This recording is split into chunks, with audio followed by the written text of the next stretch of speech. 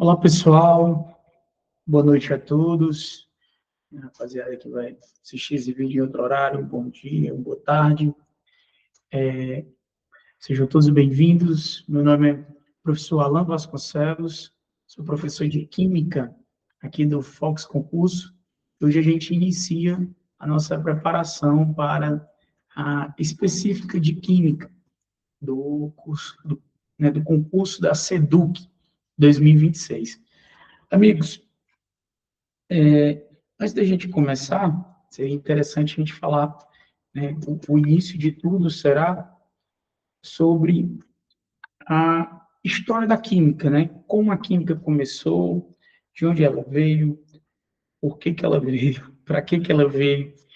E, e aí a gente precisa pontuar algumas informações, algumas coisas interessantes sobre isso. Primeiramente, né, o que é a química, né? A química, primeiramente, ela é uma ciência. E a gente vai discutir um pouco sobre o que iria ser uma ciência, né? No caso, é uma ciência da natureza. E essa ciência da natureza, ela está focada em 3 pontos de estudo. Assim, a química estuda essencialmente a matéria, que é tudo que tem massa, tudo que ocupa espaço, ou seja, tudo que possui massa e volume, mas não apenas a matéria estática, né, ou a matéria parada. A química também estuda as transformações da matéria. Então, quando essa matéria ela se modifica, ela muda, nós temos aí também a química atuando nesse estudo. E sempre que rolam as transformações da matéria, isso vai envolver trocas de calor e energia. Então, a química também estuda a energia envolvida nessas transformações, a energia que participa dessas transformações da matéria. E aí, amigos, o que que nós temos? Nós temos o seguinte: a energia é um objeto de estudo da física, mas sempre que a energia está focada nessas transformações da matéria, nós temos, nesse caso, a química atuando fortemente, né? Deixa eu só dar uma melhorada aqui nessas transformações para ficar um registrozinho legal, registrozinho interessante para a gente. Transformações. Transformações.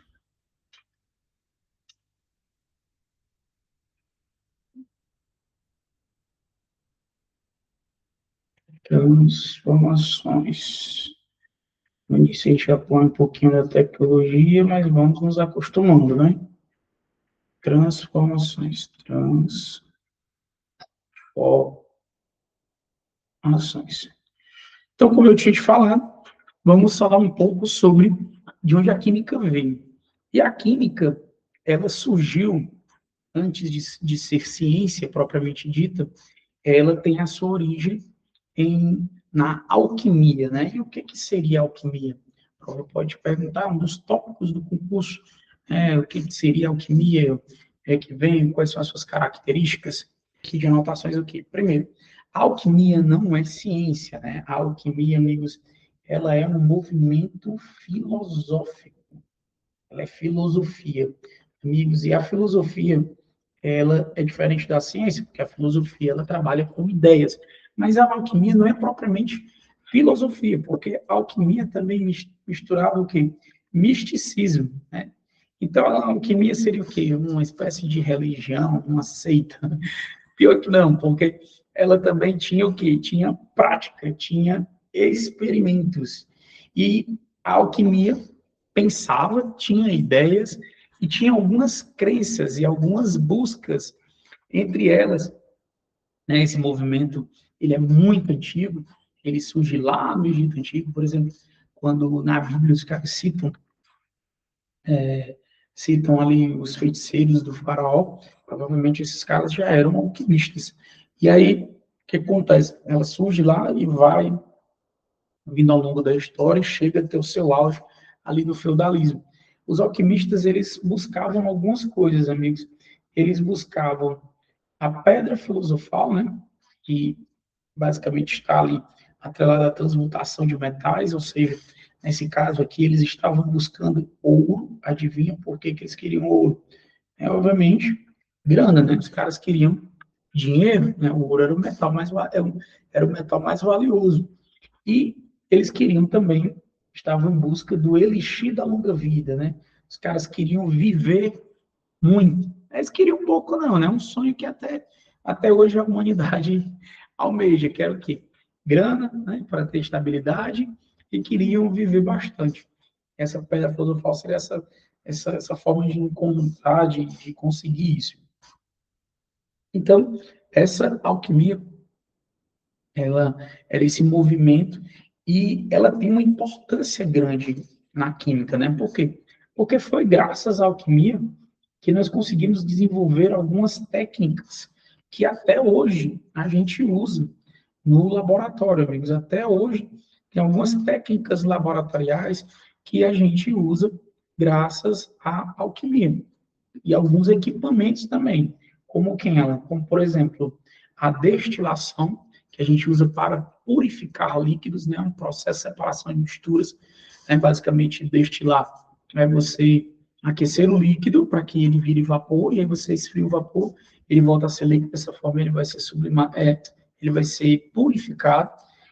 Eles também identificaram a sublimação, que é quando um sólido ele passa direto para o estado gasoso, né? Isso acontece muito no dia a dia com as pedrinhas de naftalina. As pedrinhas de naftalina, elas não desaparecem, na verdade, elas viram gás, e um gás tóxico. É por isso que a gente usa ele para matar insetos. A calcinação, né, que seria uma forma de produzir a cal viva, partir. E é uma técnica, né, que você aquece sais, aquece sólidos abaixo do seu ponto de fusão, ou seja, você aquece não com o intuito de derretê-los, mas com o intuito de promover reações químicas. E aí eles conseguiram produzir cal, que é um sólido branco que a gente usa até hoje na construção civil. No caso aqui, a cal viva, né, o cal virgem, também chamado. Filtração, processo que a gente usa até hoje para tratar a água. O processo de filtração é excelente para separar misturas heterogêneas de sólido e líquido, como, por exemplo, da areia e água. A cristalização, né, que consiste no quê? No processo de evaporar os líquidos para purificar os sólidos. É, evaporação, que a gente faz na produção do sal até hoje, né? Você pega a água do mar, deixa ela em galerias, né? Pequenas galerias, você espalha a água do mar, a água evapora, evaporação, e aí vai rolar a cristalização. Por que o nome é cristalização, né? Porque quando a água vai evaporando, eu sou de... eu moro aqui em Sobral hoje em dia, mas eu nasci e me criei em Camusim. Aí uma vez eu peguei água do mar e levei para casa e coloquei numa vasilha e deixei lá para ver o que acontecia. Né? E é interessante, a água vai evaporando e vão se formando os cristais de sais. Os cristais que estão dissolvidos. Por isso que chama cristalização, porque vai aparecendo os cristais conforme a água evapora. Mas isso não é só para água, para outros procedimentos também, além de instrumentos que a gente usa até hoje, como por exemplo, retortas que são utilizadas na própria destilação, né? Que é uma vasilha com a parte da boca, né? Tipo uma garrafa com a boca um pouco torta, por isso o nome retorta, né? Os alambiques que a gente usa até hoje na fermentação de bebidas alcoólicas foram desenvolvidos pelos nossos amigos alquimistas e até hoje os caras usam, até hoje é química, amigos. Os fornos que a gente usa para aquecer e fazer reações químicas que precisam absorver calor. O cadinho, né, que é uma vasilhazinha, normalmente de porcelana, que a gente usa que ele suporta altas temperaturas, né, o equipamento de laboratório que serve para você fazer misturas em altas temperaturas, então ele suporta altas temperaturas. É um equipamento altas temperaturas.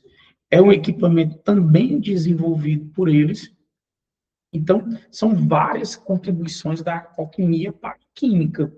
Aí, eles também, como eu disse, né, eles registravam experimentos, apesar de que não existia a publicidade, né, que é típico da ciência, aqui não existia, porque os caras, imagina que você é alquimista, O vizinho alquimista é que vai compartilhar as tuas ideias com ele, tudo que tu tem, né? E ele descobre o elixir da longa vida, ou ele descobre a pedra filosofal, ele descobre como transformar ferro em ouro, outros metais, e aí como é que tu fica, né?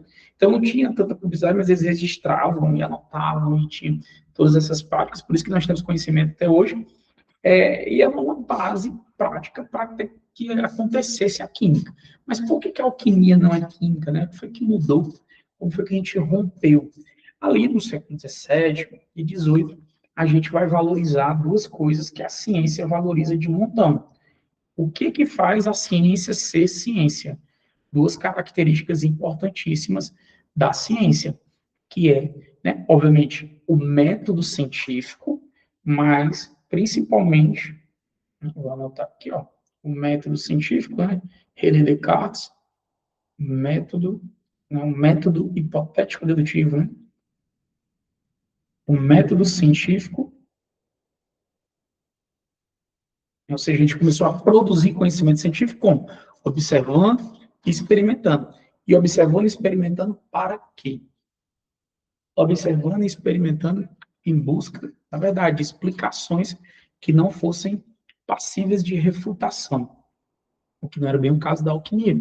Existia um certo apego, né, a essas buscas da pedra filosofal, do elixir da longa vida, e não existia também, assim, tanto apreço com a verdade científica, né, essa verdade relativa.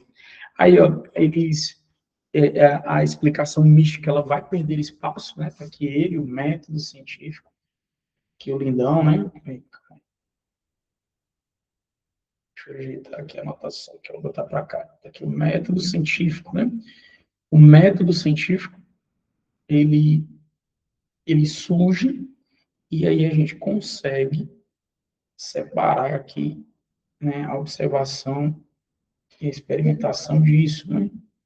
Eu marco texto. Ponto. Que é o nosso querido método científico. E aí, os caras começam a observar também a necessidade de quantificar fenômenos químicos.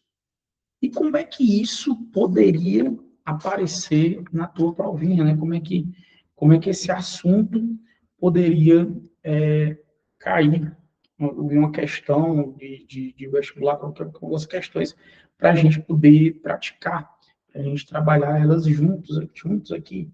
Amigos, olha só, se tu estiver assistindo gravado, quiser dar uma pausa aí para tu poder ler e resolver, ou então, a gente que está aqui ao vivo, você que está comigo, vamos ler juntos, vamos tentar resolver juntos. Beleza? Pura, bora nós. Olha só. Ele diz assim, ó, primeiro, eu não sei vocês, mas com esse lance de resolver questões Enem, de contexto, de textos, de imagens, né? Tem que analisar texto, tem que analisar imagem. O que, é que eu tenho preferido? Eu gosto de ler o comando da questão, a pergunta, o que, que a questão quer de mim, e aí depois eu vou para o texto, vou para a imagem, já sabendo o que, que a questão está querendo saber. Isso me ajuda a organizar minhas ideias e pouco tempo na hora de resolver. Então, até que realmente eu passo para meus alunos, vou passando aqui para ti também. Ó, sobre as contribuições da alquimia, ou seja, o cara quer saber da alquimia, ele quer que a gente marque a que é correta. Aí o texto acho que é só ilustrativo, né?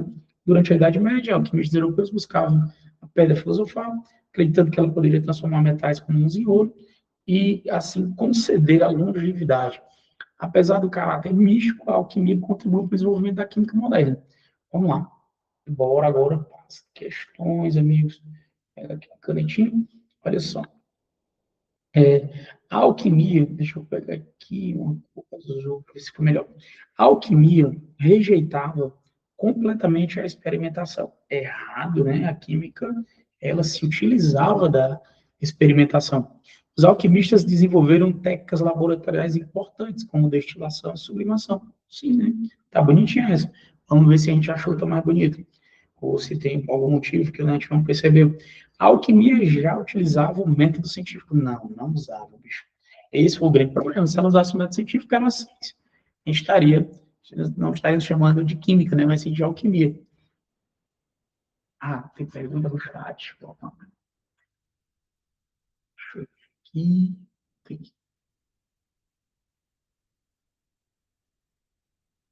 Pronto. Boa noite. Ah, beleza pura. Beleza pura, Bilal. Vamos lá, vamos dar uma olhadinha nessa mesmo. Adorei o nome, né? É o Vivaldi, né? É isso mesmo, Vivaldi? Estou falando certo? Me corrija aí, amigo, se eu estiver falando seu nome errado. Boa noite. A alquimia não influenciou a ciência moderna. Errado, né? Tivemos vários processos, técnicas e equipamentos. Valeu, meu abração, meu irmão, tamo junto. Os alquimistas trabalhavam apenas com metais, sem desenvolver instrumentos. Não, desenvolveram vários instrumentos, né? Essa daí mesmo, meu amigo Vivaldi. É de, letra B de boro, né? Letra B de bor. Tranquilo? Bora nós. Amigos, e como surge a química, né? Como foi que ela apareceu? Como foi que ela brotou na nossa realidade e na nossa vida? A química moderna, a ciência, né? Os caras, o nome química vem, acredito que vem da alquimia também. A alquimia, acredito que é um nome árabe, né? A principal corrente que defende a origem do nome é árabe, né? Alquimia, né? Assim como na nossa língua, né? Principalmente o Nordeste brasileiro, assimilou muito dos árabes ali, da cultura árabe também, e o português, né? Tudo que tem al, el, enfim. Os caras tiraram o al, ficou a química. E como foi que essa química virou uma ciência, né? Como é que ela se tornou uma ciência propriamente dita? Ah, o cara que é considerado o pai da química é esse rapaz aqui, ó, Antoine Lavoisier. O cara é o pai da química. Só que muito cedo a alquimia ficou órfã. Amigos, olha só, deixa eu te dizer. Nessa parte da história da química, os caras vão querer que você lembre de nomes. E não necessariamente de datas, mas de nomes, de eventos. E aí, o que acontece? E como é que eu, Alan, gosto de lembrar, ou tento me lembrar, de lembrar de nomes, eu sou horrível para decorar as coisas. Sabe, eu tenho muita dificuldade de decorar as coisas.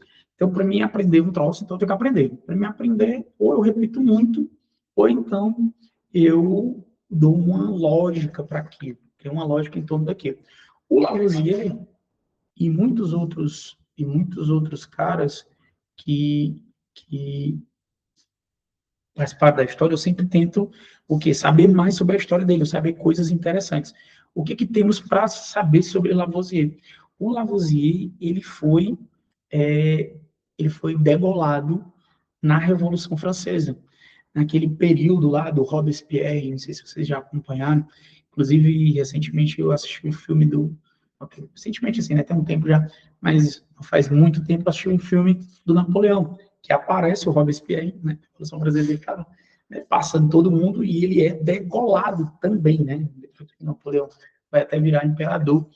Então, na fase lá do que a galera estava degolando todo mundo, uma das vítimas foi o papai da química, o Lavoisier, porque foi uma questão política, né? Um período de extremismos, que é muito perigoso, né? O extremismo político, de lados. O Lavoisier, ele trabalhava por uma instituição pública que fazia parte do império, né? Fazia parte, trabalhava para o rei. E aí, quando os monarcas foram depostos e também foram mortos, e a galera começou a perseguir várias pessoas. E do meio para o fim, um dos caras que estavam lá tinha inimizade com a Lavoisier por questões científicas, sabe, interessante. Ele queria fazer parte da comunidade científica francesa, e ele acreditava que o Lavoisier tinha sido um dos caras que atrapalhou ele conseguir isso, mas a verdade é que ele não era um bom cientista. E aí, ele foi lá e perseguiu o Lavoisier e acabou. A galera conseguiu condenar o Lavoisier à morte, morreu, deixou a esposa, mas antes de morrer, ele ajudou na fundação da química, contribuiu como, né? A primeira coisa, amigos, treta não é um negócio muito legal, né? Por exemplo, eu sou um cara muito passivo, gosto da paz, mas treta normalmente, né, contribui para a evolução da história da humanidade. Por exemplo, a treta que o Lavoisier se meteu, que fundou a química, foi a teoria do flogístico, né? O que era o flogístico? O flogístico foi proposto por um cientista, né? O George Ernest Stahl. Stahl, amigos. Esse cara aqui, ele que propôs o flogístico, né? Que ele acreditava. O flogístico era uma ideia que os caras tinham, era uma hipótese, uma teoria, que quando você queimava as coisas, a massa diminuiu, porque quando você queimava, você estava queimando uma essência da matéria, que todo combustível tinha, que era o tal do flogístico. O flogístico saía.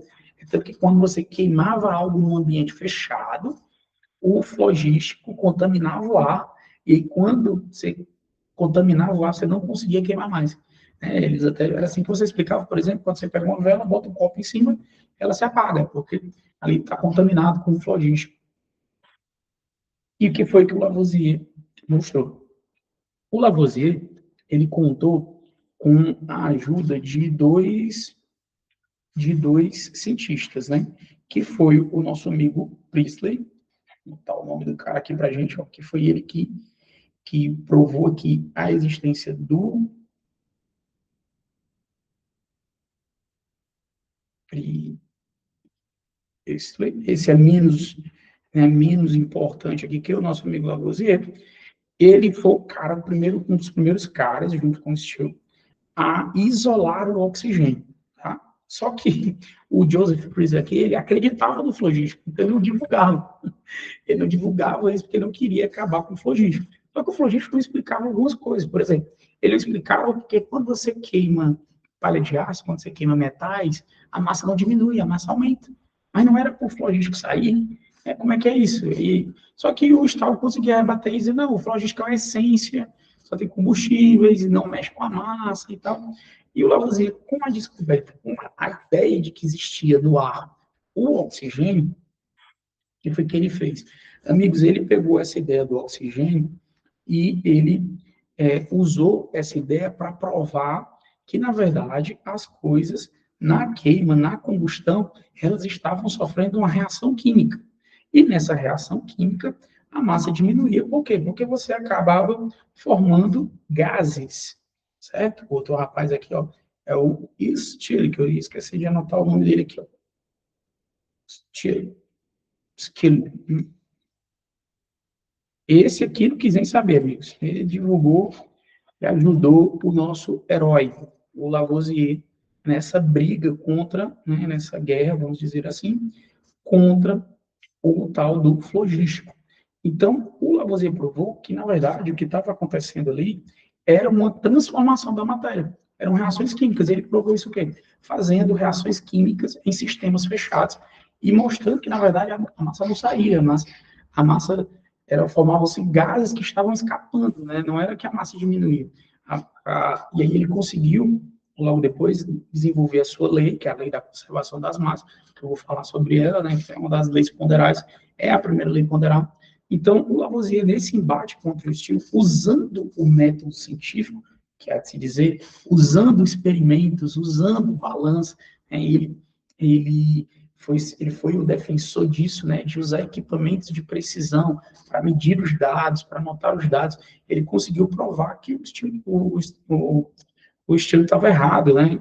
O estilo não, o Stahl estava errado, que não tinha esse lance do flogístico, que na verdade essa essência não existia, essa essência da matéria, né? Que no início do estudo da filosofia natural sempre se imaginavam essências, né? Ou princípios imateriais, que na verdade não existia, né? O que existia ali era uma reação química.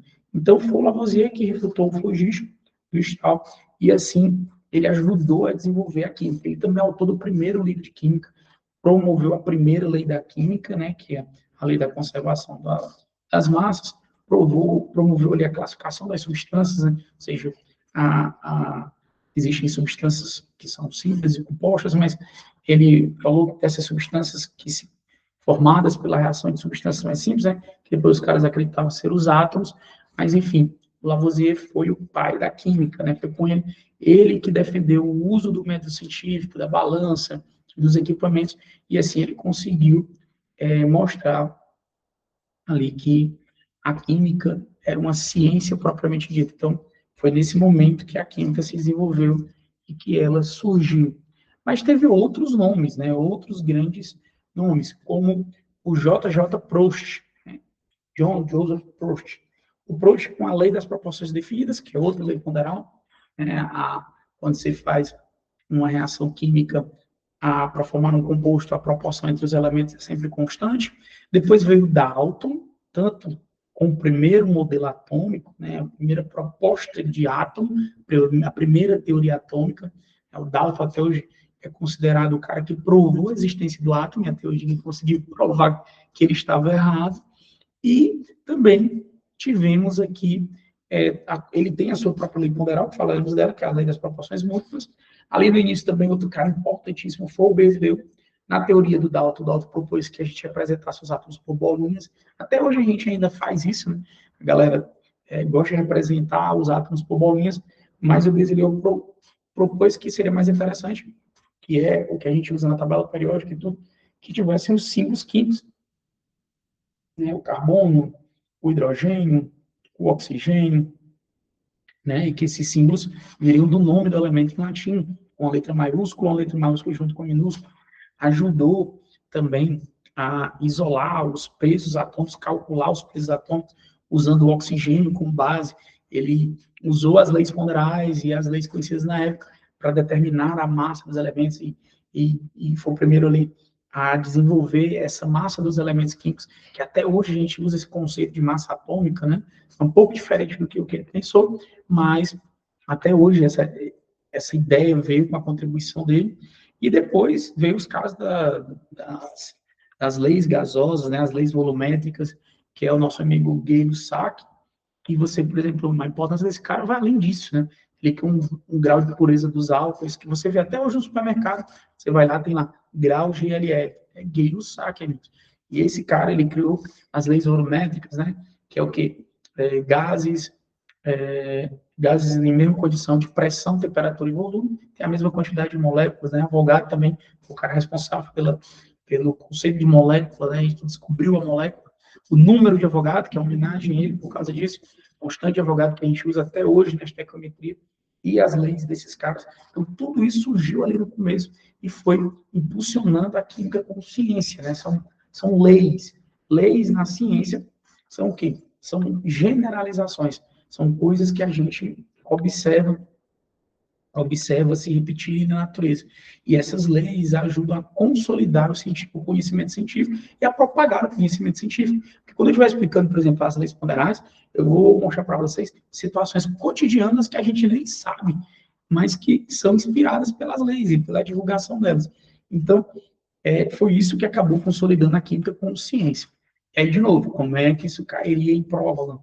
Vamos praticar, e resolver questões. É um lance muito interessante. Eu vou resolver umas contigo aqui e tem outras lá no final da aula para tu poder desenrolar. Bora lá. A transição, primeiro, né, como anda, né? Esse processo histórico foi marcado por, né, que processo histórico, amigo, né? Vamos lá, vamos ver se eu te dar uma dica para a gente. A transição da alquimia para a química, opa, ele quer saber da transição aqui que a gente estava discutindo. Para a química moderna ocorreu quando práticas experimentais passaram a ser guiadas por observação rigorosa, quantificação e método científico. Verdade? Então, esse processo foi marcado pelo quê? Substituição completa, não, né? Substituição completa, não. A gente não substituiu completamente. Aqui o RED aqui, que está funcionando mais. Não substituímos completamente as técnicas, né? Falei que a alquimia deixou suas heranças na química. Várias técnicas, equipamentos que até hoje são utilizados, tanto em laboratórios quanto no cotidiano. A manutenção das explicações místicas, não, misticismo não tem nada a ver com ciência.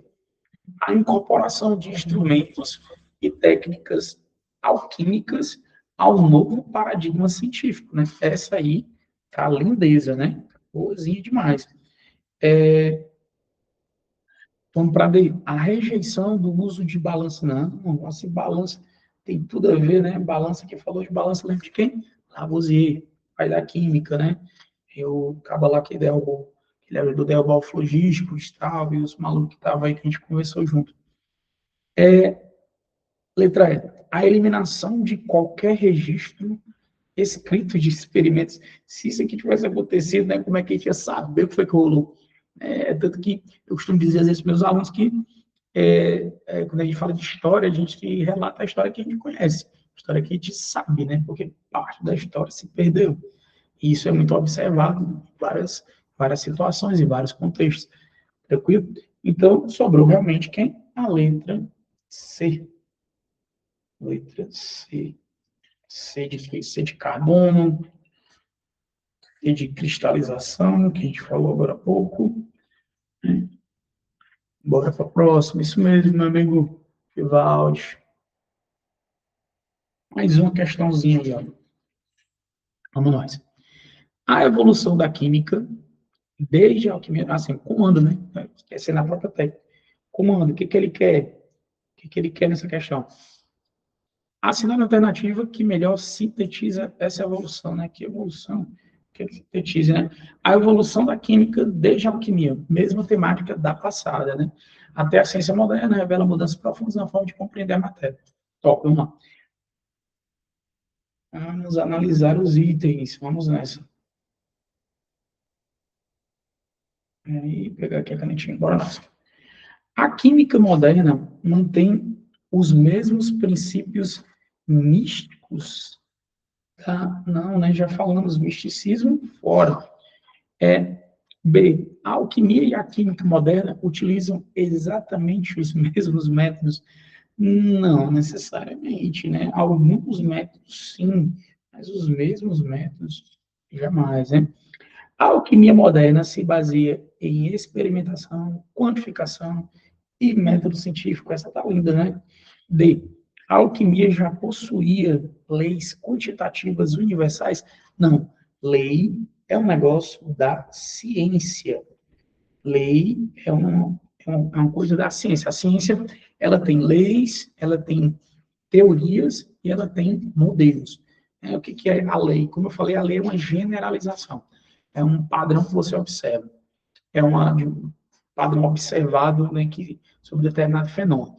A teoria já é um conjunto de hipóteses, normalmente hipóteses validadas, hipóteses testadas e comprovadas, que explica determinado fenômeno. Por exemplo, existem teorias que explicam leis. Quando a gente começar a estudar as teorias atômicas, eu vou falar, por exemplo, que o primeiro modelo atômico, que é o modelo de Dalton, ele surgiu da teoria atômica de Dalton para explicar as leis morais. É uma teoria que está surgindo ali para explicar as leis. Então, teoria é um conjunto de hipóteses que explica os fenômenos.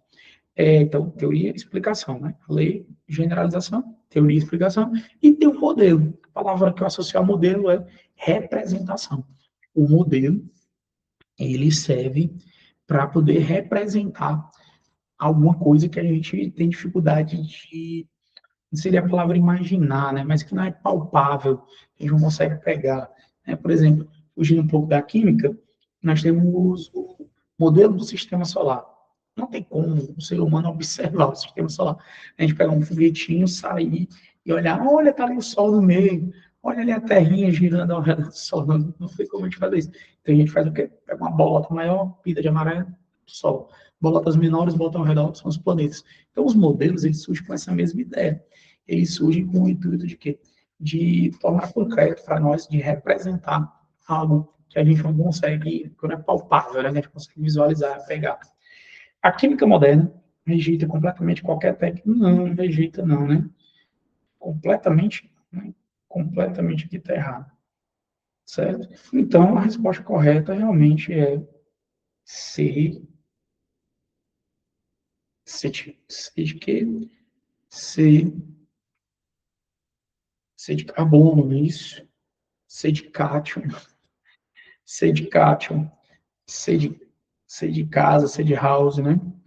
Amigos, e dando sequência, vamos nessa. O que mais que nós podemos falar do início aqui da química, né? O que a gente tem mais para dizer sobre isso? Primeiro, como é que a química se consolida? Né? A questão já vem até falando sobre isso. A química, ela se consolida como uma ciência, o quê? Principalmente quantitativa, apesar de ser teórica. Por exemplo, boa parte da química que nós professores desenvolvemos é a química teórica. Tratamos muito da teoria da química. E um pouco menos da prática, né? Que a prática é mais laboratorial, experimental. Mas a ciência é uma química, a química é uma ciência quantitativa. E ela também é baseada em experimentações. Sem experimentos, para comprovar ou para testar, nós não fazemos a química. Busca a formulação em leis universais, já falei sobre algumas delas, vou falar mais sobre outras. E ela desenvolve, né, modelos para explicar, principalmente, a constituição da matéria, sejam, né, modelos de átomos, modelos de moléculas, modelos para explicar ligações químicas, e assim por diante. Foi assim que a química se estabeleceu. E o que a química traz, né? Qual o porquê dela existir? É porque a gente tem que justificar isso hoje em dia, né? A gente não pode... Quando eu estudei, eu fui ali, eu era um aluno remanescente de um ensino, ainda no final, ali do antigo ensino científico, né? Os caras queriam formar mini-cientistas, né? Pré-cientistas, né? Um pré-químico, um pré-físico. Os caras, era física por física, era química por química, matemática por matemática, era ciência pela ciência. Não tinha o porquê dela existir. Hoje, acontece, hoje a gente tem a noção que a gente tem que atrelar a ciência que a gente faz à sociedade onde está vivo. Estamos formando o quê? Principalmente estamos formando cidadãos. Queremos formar cidadãos. Então, qual é a contribuição que a química tem para a sociedade? O que a química dá em torno? O que a química vai ajudar a gente? Primeiro, que a alquimia queria, mas quem conquistou foi a química. A alquimia queria o elixir da longa vida. A química, junto com outras ciências, não foi só, né? Junto com a medicina, junto com a farmácia, junto com outras ciências, biologia, física, a química conseguiu o elixir da longa vida. Hoje vivemos mais e vivemos melhor, graças a quê? Desenvolvimento de medicamentos e vacinas que tem por base princípios químicos. A química também conseguiu, né, anunciar para os senhores, resolvemos a fome no mundo. Hoje, se hoje tem gente passando fome, não é porque não podemos ou não produzimos alimentos suficientes. Isso é graças à química também, graças à produção de fertilizantes e as técnicas, né, de manejo de solo, tem muita química envolvida nisso, apesar de trabalhar com outras ciências, como a geografia, com outras ciências que estão agregadas a isso, mas foi graças à química que a gente desenvolveu, né? A gente consegue plantar em todo tipo de solo, todo tipo de campo.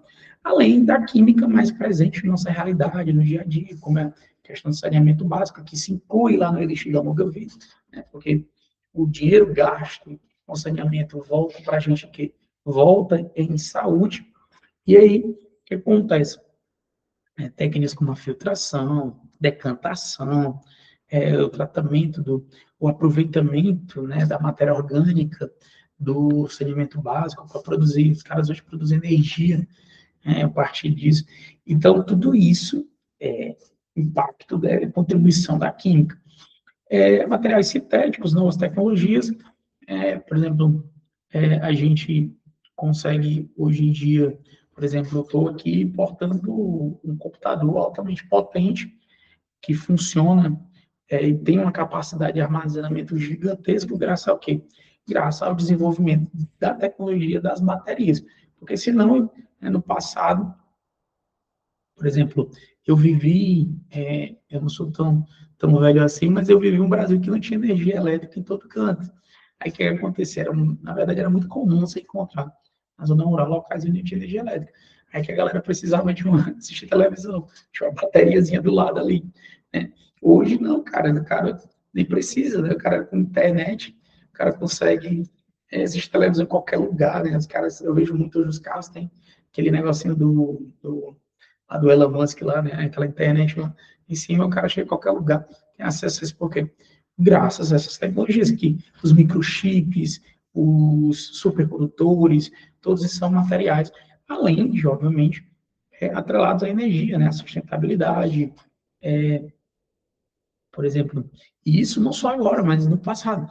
Eu lembro de um projeto, teve um governador aqui, antigamente, o Lúcio Alcântara, ele teve um projeto que ia colocar um computador em cada escola, no início dos anos 2000. Eu me lembro bem. E aí, qual era o desafio? Não tinha energia elétrica, como é que ele ia? Tinha lugar que não tinha energia, não tinha chegado energia ainda, como é que ele ia levar um computador? Aí foi o que os caras fizeram. Comprar umas plaquinhas de energia solar, uma bateriazinha, a plaquinha carregava a bateria fazia o computador funcionar. esse kitzinho, eu vi ele espalhado em alguns locais, né? Não sei se alguém está assistindo esse vídeo já viu esse troço, mas isso existiu. E ainda mais as tecnologias de combustíveis, né? Precisamos desenvolver os mais eficazes, combustíveis menos poluentes, e tudo isso é a química, né? Como, por exemplo, o hidrogênio verde, que promete muito, está vindo aí, né? O hidrogênio produzido a partir da eletrólise, exatamente, uma energia limpa, renovável, sustentável. O hidrogênio verde, que promete muito, né? E que a gente tem grande potencial, que é o quê? Você faz a eletrólise da água e produz hidrogênio, que é um excelente combustível, e principalmente se ele vier de fontes de energia renováveis, como energia solar, energia eólica, e a gente sabe que aqui não falta sol, aqui não falta vento, então a gente consegue produzir, e tudo isso é contribuição da nossa querida química. Mas nem tudo são flores, né? Porque nem tudo, né? Não existe nada que é 100% positivo. A química também tem que enfrentar desafios de impactos negativos, como, por exemplo, a própria poluição do ar. Os combustíveis que a gente usa, os combustíveis fósseis, principalmente a gente queima eles, todos eles produzem tóxicos no meio ambiente. Desde o gás carbônico, né, que é o principal contribuinte para o efeito estufa, que descontrolado ali vai causar aquecimento global, que é um problema que a gente vive, além de outros tipos de poluição, né? Também poluição do ar, da água, né? Não só do ar. E interessante, não só a poluição, mas também o uso dela, né? Como ela é utilizada. Porque a água doce é um bem muito precioso para o mundo. A potável é um bem precioso para a humanidade. Esses dias agora teve a obra que Júnior, na Olimpíada Brasileira de Química Júnior, tinha uma questão lá, tinha uma chargezinha, estão vindo para aqui para o Brasil vários data centers, né, que são como se fossem gigantescos pendrives, né, ou placas de memória de empresas gigantescas, que é para armazenar, e principalmente para poder ter capacidade de processamento para as IAs. Aí alguns estão vindo para cá para o Brasil e eles necessitam de muita água para o resfriamento. E aí isso impacta negativamente para as pessoas, porque água que poderia estar sendo utilizada pela população ou para a agricultura está sendo utilizada para resfriar isso. Então, isso são desafios, né? Como é que a gente pode fazer para lidar com tipo, resíduos, né, industriais, o plástico da fumaça que a gente manda para o ambiente? Como eu digo que meus alunos, eu lembro eles que o quê? Primeiro, o plástico ainda está bolando para ele não degradou, produzir produtos biodegradáveis, além de, obviamente, os acidentes e os riscos que acontecem por estar exposto a compostos químicos, né? Os acidentes, desde acidentes que envolveram usinas nucleares, como Chernobyl, ou os riscos de se manusear produtos químicos. Esses dias, recentemente, teve numa academia, o rapaz estava limpando a piscina da academia e deixou vazar uma substância tóxica, acabou, se não me engano, morreu uma moça lá, enfim. Então, tudo isso são impactos que a química tem que lidar. E aí, como é que a química faz isso? Qual é a resposta da ciência para isso? Surge aí a química verde. Química verde, toda vez que você ouvir essa palavra aqui, ó, verde ou bio, lembre-se de sustentabilidade. Bio ou verde associada a qualquer palavra, tipo biodiesel, biocombustíveis, sustentabilidade. Química verde, hidrogênio verde, sustentabilidade. E o que é a tal dessa sustentabilidade que tanto se fala, né? Que tanto se comenta? A sustentabilidade, amigos, eu gosto de para meus alunos que é assim, ó, cara, como existe assim, uma deturpação, ou existiu no passado recente, uma deturpação do conceito, da ideia, da vontade, do propósito, eu vou te explicar assim, ó, a sustentabilidade é o quê? A gente não abrir mão de quê? Dos nossos confortos da vida moderna, não abrir mão do desenvolvimento econômico, não abrir mão do desenvolvimento científico, ou seja, não abrir mão de nada. O que a gente tem que começar a fazer? A gente tem que começar a se preocupar em quê?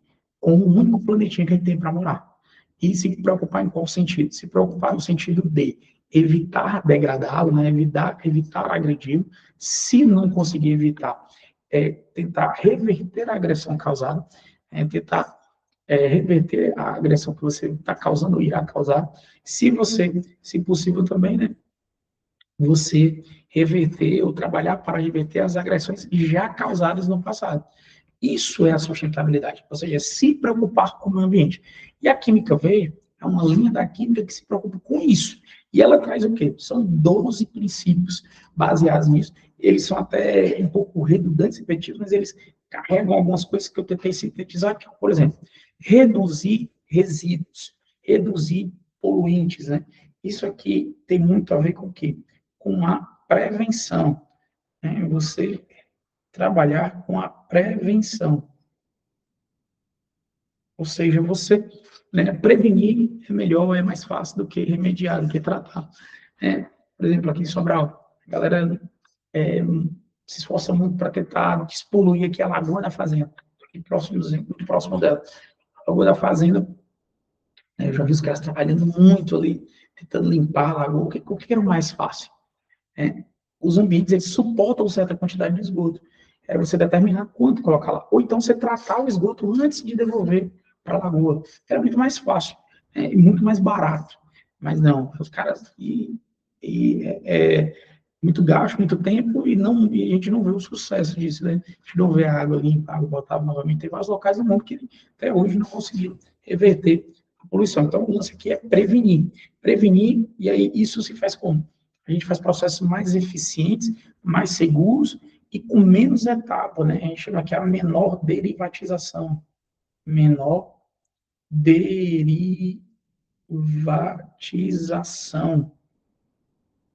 O que é isso, Alan? Ou seja, processo com menos etapas e menos derivados. Porque, por exemplo, quer produzir uma blusa dessa, que eu estou vestindo aqui, vai ter que fazer uma lavagem química nela. Ninguém vai comprar lavagem química, vai comprar blusa. Mas essa lavagem química vai para onde? E se eu conseguisse produzir ela sem precisar dessa lavagem? Para não mandar substâncias tóxicas ao ambiente, entende? Então, menor etapa, menos etapas, menos resíduos, uso de materiais e energia renováveis, né? Aqui é uma busca, né, que é por essas fontes de energia renovável. E aí cabe sempre explicar, porque às vezes a pessoa não tem, acha que sabe, né, não entende perfeitamente o que é renovável, né? Renovável é que se renova logo, é muito simples. Mas se renova em qual sentido? Se renova para nós, né? No nosso tempo, né? Por exemplo, o sol é uma fonte de energia renovável. Por quê? O sol ele funciona a partir de fusão nuclear. No Sol, nesse exato momento, tem dois hidrogênios se fundindo, formando um átomo de hélio. Um dia, esse hidrogênio vai acabar. E quando isso acontecer, o Sol vai colapsar. Mas até que isso aconteça, tem um tempo gigantesco de saber se a humanidade existirá mais. Então, para nós, é fonte de energia renovável. Em contrapartida, por exemplo, o petróleo não é renovável. Por que o petróleo não é renovável? Um dia, eu vou contar essa história que ela é interessante. Um dia o aluno disse assim, Alan, quando eu expliquei para ele, rapaz, como é que você forma o petróleo? A matéria orgânica, e ele já tinha a noção que a matéria orgânica era o quê? Resto de alimento, dejetos, matéria orgânica. A matéria orgânica, ela foi soterrada, basicamente, né, na formação de terrenos sedimentares, né, pelo acúmulo de sedimentos, e aí essa pressão do solo, junto com o calor do centro da Terra, fez com que houve um processo de decomposição diferente do processo de decomposição normal, natural. Aí o menino diz assim, Alan, já sei, cara. Eu vou, né, assistir muito desenho, filme, principalmente nos Estados Unidos tem muito isso, né, o cara encontrar um poço de petróleo no quintal, ficar rico e dizer, ah, não, vou deixar meu tataraneto rico. Eu vou começar a plantar resto de comida no quintal lá de casa, para meu tataraneto tiver, ele achar petróleo lá. Só que não é assim que funciona, cara, porque esse processo ele leva milhões de anos, né? Não dá, então, para nós, milhões de anos, cara, 1 milhão de anos para nós é um troço inconcebível, a gente. Então é não renovável, não se renova. Então, isso que energias renováveis, né? E matéria-prima renovável. Também porque aí entra aqui outro conceito, que é a da economia circular. A economia circular é esse negócio de quê? Ela tem por base esse lance de você reutilizar, de você reparar, de você reciclar, ou seja, de reaproveitar. E, obviamente, tecnologias limpas. E o uso de catalisadores. Isso aqui sempre aparece quando a gente fala de química verde. O que são os catalisadores? Os catalisadores, eles aceleram as reações. Aceleram. Aceleram as reações. As reações químicas. Então, tu sempre quer um catalisador, né? O negócio é achar esses catalisadores. Mas sempre tu quer usar um catalisador. Quer ficar rico a longo prazo. Deixa as próximas gerações ele preocupado, né? Ele pensa assim, pô, cara, como é que eu faço para ajudar? Acho que ele pensou assim, pô, a galera diz muito, né, que por exemplo, o Neto, né, já vai nascer rico, né? Por que a galera vai ter que gastar muito para poder o Neto nascer pobre, né? Aí acho que ele pensou assim, pô, como é que eu vou fazer, né, para mim ajudar lá, né, a próxima geração, cara? Pensou no futuro, né?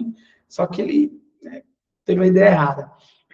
Enfim, cara, os catalisadores, eles aceleram as reações químicas, e a gente conhece esses catalisadores, eles estão muito presentes no nosso cotidiano.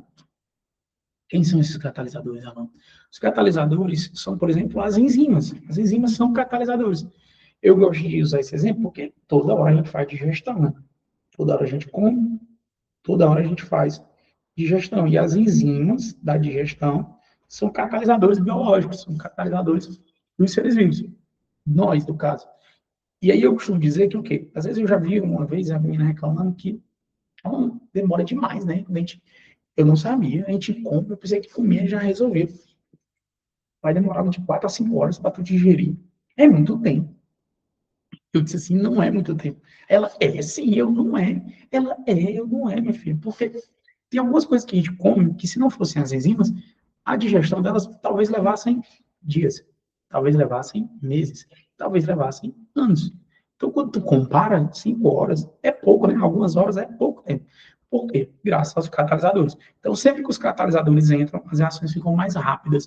Isso vai gastar menos energia, gerar menos derivados, menos poluentes, menos resíduos, enfim, vai ajudar o processo. Então, sempre a química vem estar em busca desses catalisadores, que vão acelerar os processos. Show de bola? Aí, além disso, todas essas ideias, elas vão acabar influenciando em quê? Nas políticas públicas, né? Quando eu falo políticas públicas aqui, a gente tem que começar a entender o que significa, né, a política pública e o que é a política das eleições, né? Que eu às vezes gosto, no Brasil, eu gosto de chamar de politicagem, né? A galera fala de politicagem de lados e tal, não tem nada a ver com isso. Política pública são ideias que têm que ser seguidas pela sociedade, né? Não por um grupo político, mas como é para o bem comum, para o bem de todos, a sociedade tem que entender essas políticas públicas, adotá-las e levar elas em sequência ao longo dos anos, que elas vão gerar resultados com o tempo. Isso é política pública, né? Independente de um grupo político ou não. E a química, ela tenta, né, influenciar, ela trabalha para influenciar positivamente a sociedade a criar políticas públicas, como, por exemplo, regulamentação de substâncias químicas. Por exemplo, o quê? Teve um caso, ano passado, do metanol, né? É muito comum, é triste, né, admitir isso aqui, mas é muito comum no Brasil se adulterar bebidas alcoólicas. É uma prática muito corriqueira, muito comum. Os caras, mas normalmente eles adulteram como, né?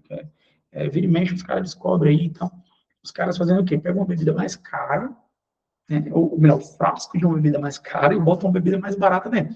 Mas é a bebida.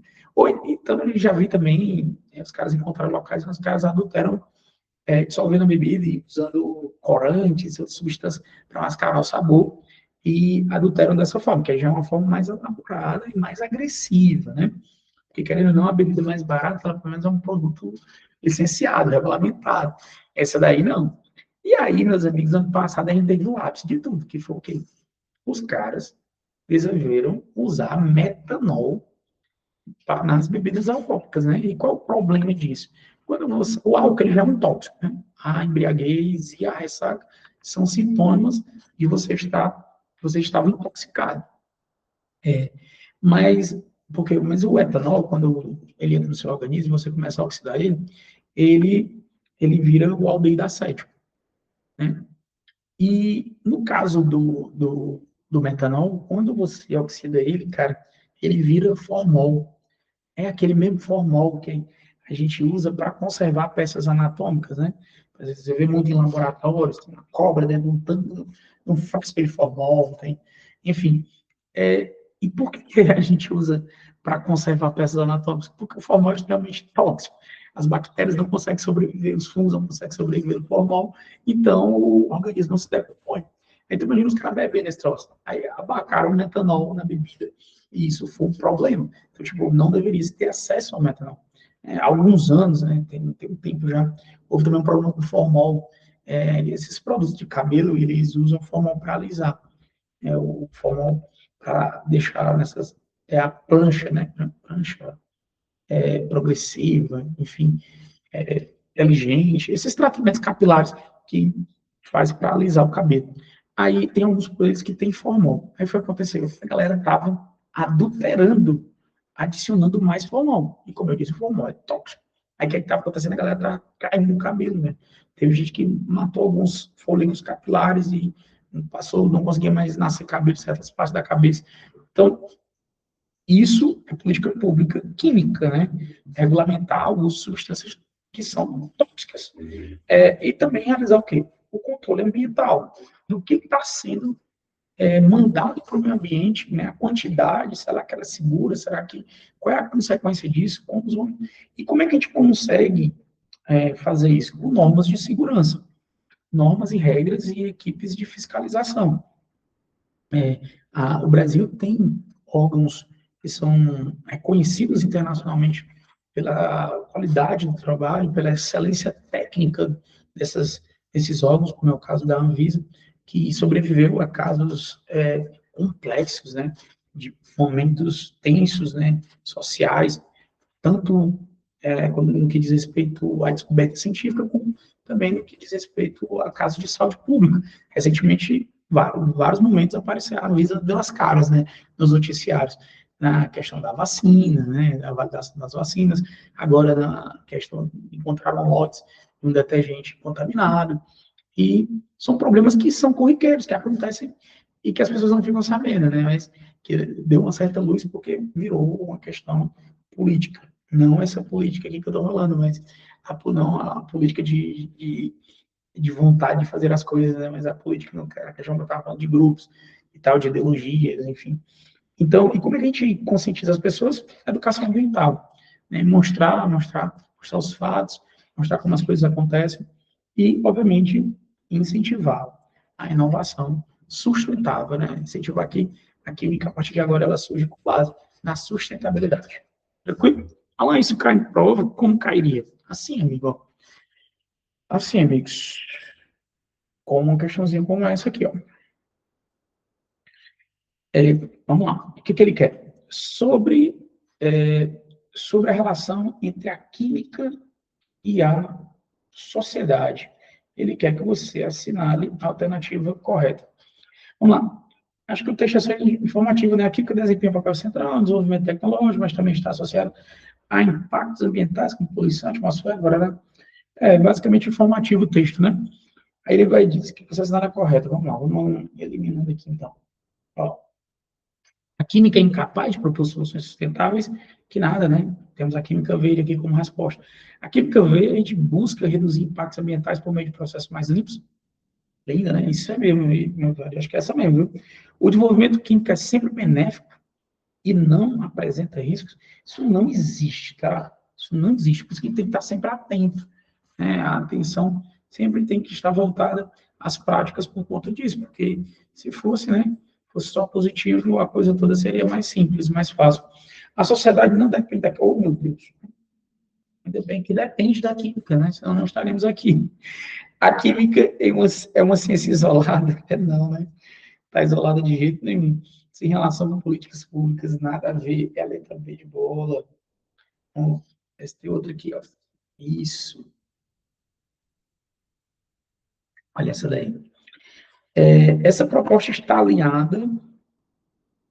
Essa proposta está alinhada com o conceito químico contemporâneo, né? Qual que é a proposta, né? Olha aí, ó. Agora o texto aqui vai ter que me dar informações para me resolver. A economia, opa, falou de economia circular, né? A gente acabou de falar dela. Propõe o reaproveitamento de materiais, reduzindo a extração de recursos naturais e a geração de resíduos. Ela está atrelada a quê? Ela está atrelada à nossa querida química verde, não é isso? A química verde.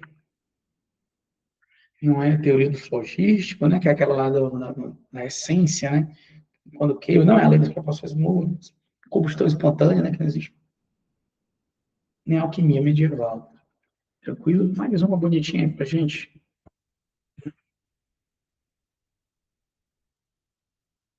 O Vivaldo tá afiado aqui, né? Bora nós.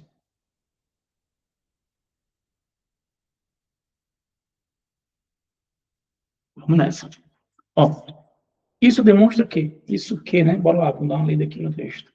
O controle de substâncias químicas perigosas, o tratamento da água e o monitoramento da qualidade do ar depende de regulamentações governamentais. Verdade. Isso demonstra que, vamos nessa, a química é independente de decisões políticas? Não, né? A ciência não deve interferir em questões sociais? Não. A química tem papel estratégico na formação de políticas públicas? É essa, né? É essa aqui. Vamos ver se tem alguma outra interessante. A legislação ambiental não se relaciona com a química? Jamais. O conhecimento químico é irrelevante? Jamais. Topzera, bonzinho, né, para a gente trabalhar aqui. E aí, nessa, com todo esse propósito de levar esse conhecimento químico, né, a gente ser um pouco ET Bilu, né, buscar conhecimento, é aí que surge a alfabetização científica e química. Mas qual o propósito disso, né? Primeiro, compreender de forma crítica o mundo material. A química estuda a matéria. Então, se ela estuda a matéria, a gente tem que compreender a matéria de forma crítica, saber do que ela é composta, do quais são, para que ela serve, como utilizá-la de forma segura e como descartá-la também, né? Qual vai ser o impacto quando eu colocar esse material no meio ambiente, né? Quanto, se ele vai degradar, quando vai degradar, como vai degradar, quando degradar, o que, que ele vai produzir. Tudo isso são respostas que quem oferece é a química e a gente tem que criar essa consciência nas pessoas. Tomar de decisões. E aí, bom, né, quando se compreende de forma crítica, você consegue tomar decisões responsáveis. Né, como eu disse, a questão não é não agredir, a questão é saber com o que vai ser feito e como remediar. O consumo consciente é um troço também muito interessante. Né? O consumo consciente passa por tudo isso. Né? Você tem noção onde aquele produto está sendo produzido, como ele foi produzido, qual a empresa que está produzindo ele, como é que essa empresa opera, como é que ela trata seus funcionários, como é que esse produto chegou até você, como esse produto você vai levar para sua casa, como você vai consumir, como você vai descartar. Tudo isso está em torno ali do consumo consciente e da alfabetização científica. Saúde pública e qualidade de vida, né? Ou seja, aqui tudo isso se relaciona com a saúde, tudo volta para a gente, né? Tudo vai voltar para nós. Cuidar do meio ambiente, cuidar do planeta, ter uma vida sustentável, ter um consumo consciente, ter práticas dentro incentivando a economia circular. Tudo isso vai contribuir para a nossa saúde e para uma qualidade de vida. Não devemos abandonar a qualidade de vida, não precisamos abandonar a qualidade. Na verdade, estamos buscando mais qualidade de vida, uma qualidade de vida que perdure por mais tempo. Né? Participação em debates socioambientais, basicamente é tudo isso aqui que eu estou discutindo, é você trazer a sociedade para discutir o meio ambiente, os impactos das coisas que nós estamos fazendo, como, por exemplo, acredito que a maioria dos moradores de Sobral sabe que é poluído, porque você passa perto ali da Lagoa da Fazenda, mas você sente o cheiro. Mas por que é poluído? O que está lá? O que estão colocando lá que deveriam parar de colocar? Como tratar? Por que tratar? Isso são coisas que a sociedade não discute, não debate. E o que falta, então? Falta a gente propagar esse conhecimento. E se faz isso com o quê? A alfabetização científica. Ensinar química para as pessoas na escola, citando exemplos reais, cotidianos. E isso vai trazer um peso a mais para quem? Para nós, professores, que devemos inserir o nosso conhecimento químico nesse contexto e nessa realidade. Né, para quê? Para que a química seja essa ciência central para compreender, transformar e preservar o mundo. Basicamente é isso aí que a gente tem na educação científica, tranquilo? Beleza? Como é que isso seria cobrado? Mais questãozinha, bora trabalhar, bora praticar.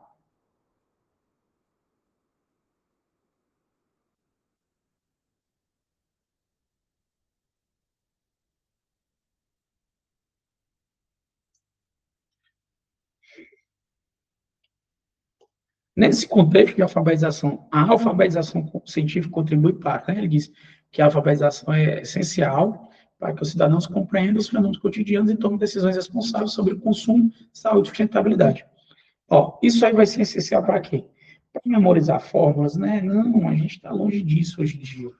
A formação de cidadãos críticos capazes de avaliar impactos de produtos químicos, topzera, é isso. A exclusão de temas ambientais do currículo escolar, jamais. Redução da participação social em debates sobre ciência, jamais. A gente tem que aumentar, trazer mais gente para esse debate. Né? A compreensão da química apenas como disciplina teórica. Não. A gente pode levar a teoria da prática sem precisar necessariamente do laboratório. A gente pode trazer com exemplos cotidianos, com histórias, com relatos, com exemplos perto de nós, na nossa vida, né, inserido na nossa realidade. Então, a resposta aqui é letra B, né, B de Bohr, B de Niels Bohr. A formação de cidadãos críticos capazes de avaliar impactos de produtos químicos. E agora entramos na química, né? Vamos falar de química, propriamente dito. Primeira coisa que a gente vai estudar da química, essencialmente, são as conhecidas leis ponderais. As leis ponderais foram as primeiras leis da química.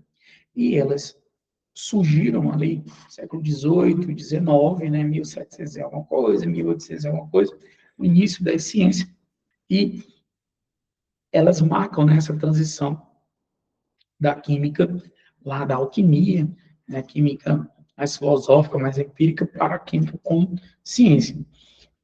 Elas deram origem à química e deram origem a algumas coisas muito importantes da química. São a base para a estequiometria, que é essa quantificação nas reações químicas, e para a base da explicação da constituição da matéria, que são as teorias atômicas. E, obviamente, por que o nome, né? Leis ponderais. O que é ponderar, né, meu amigo? Não sei se você usa isso no seu cotidiano, mas se você quer enriquecer o seu vocabulário, quando alguém pensar assim, rapaz, você vai ter muito festival de quadrilha agora por aí, né? Você vai para os festivais de quadrilha, né? Diz assim, não, eu vou ponderar. Ponderar, aí eu usei no sentido de analisar. Mas ponderar é o quê? Ponderar é medir. E no caso aqui, ponderar muito é medir massa.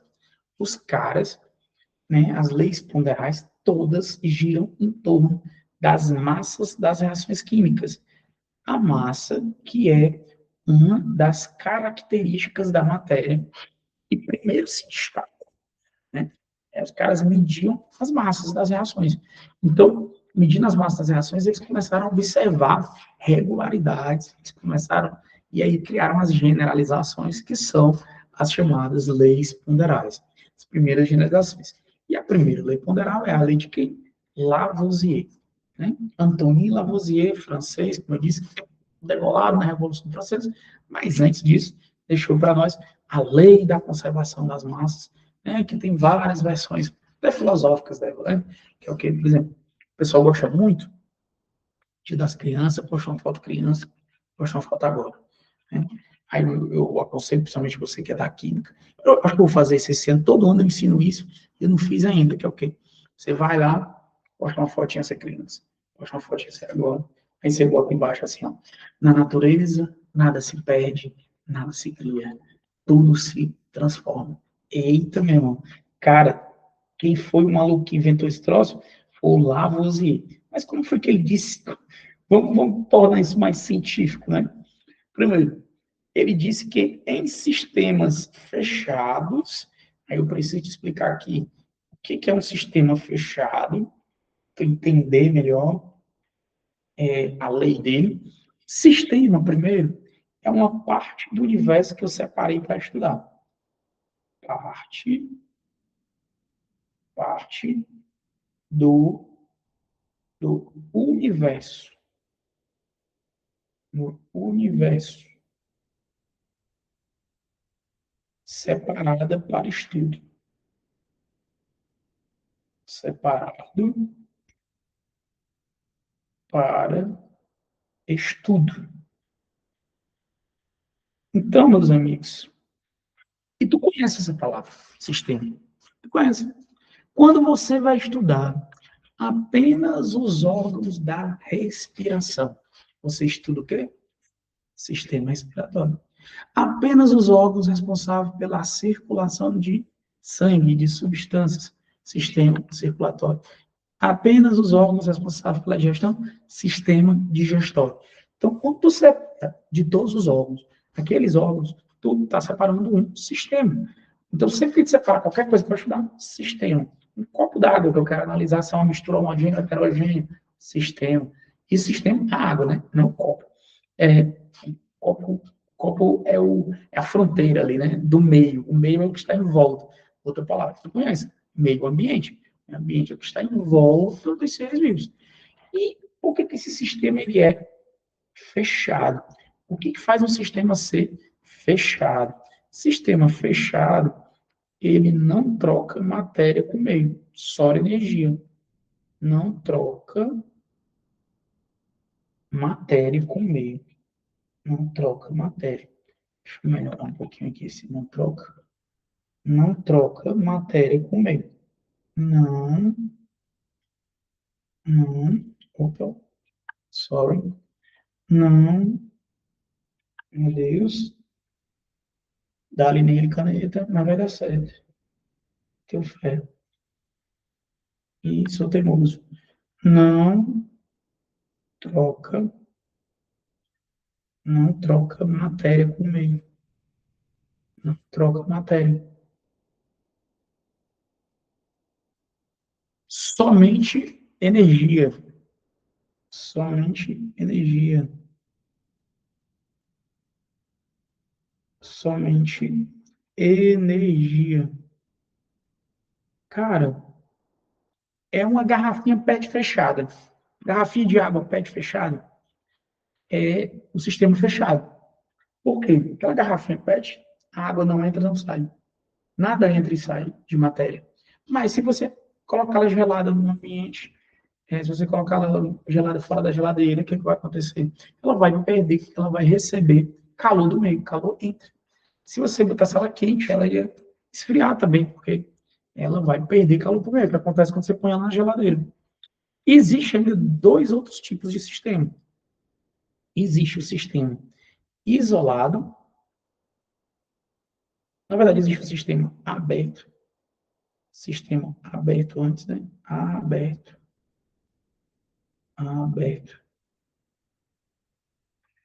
O sistema aberto, amigos, esse daqui ele troca tudo, tá? Troca matéria e energia. Troca matéria e energia.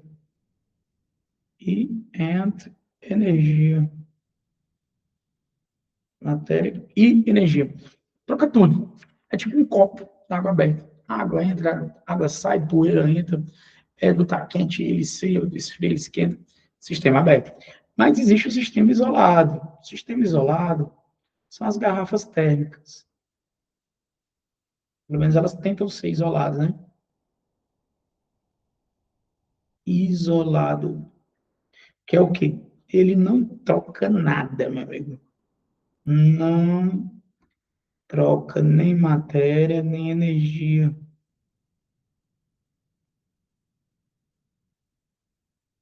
Se você bota água gelada, uma garrafa térmica, energia. Se você bota água gelada numa garrafa térmica, você espera que a água continue gelada. Esse é o intuito. E ela tende a continuar por um tempo, porque não existe sistema isolado perfeito. Todo sistema ele ganha e perde calor. Mas ela tenta, pelo menos, né? Então, além da conservação das massas, ela é só observar esse sistema fechado. Lembra lá do flogístico? Né? Por que é só observar esse sistema fechado? Porque às vezes formam-se gases, ou gases participam da reação. Então, quando o sistema é aberto, a massa tende a aumentar ou diminuir. Quando o sistema é fechado, não. A massa dos reagentes, os reagentes entenda que é a massa antes é igual à massa depois é igual à massa dos produtos, é igual à massa depois da reação. A massa antes é igual à massa depois. Por isso que o nome é conservação das massas. A matéria não é criada nem destruída, apenas a matéria se transforma. Aí aqui foi o que o cara usou muito a balança, né? E assim ele conseguiu refutar. Flogística, já falamos disso. Ele é a base da química moderna. É esse princípio que a gente usa, vamos falar ainda sobre isso, que a gente usa para balancear equações químicas, né? Por quê? A quantidade de átomos antes tem que ser igual à quantidade de átomos depois. E foi fundamento e base para os cálculos estequiométricos que a gente faz até hoje. E foi um dos principais contribuintes para o uso sistemático da química. E aí, como é que isso pode ser cobrado, né? Primeiro, deixa eu botar um exemplo aqui prático, né, para ti, da, da lei da conservação das massas, é isso? A massa antes é igual a massa depois, né? Se você, por exemplo, pegar, por exemplo, o carbono,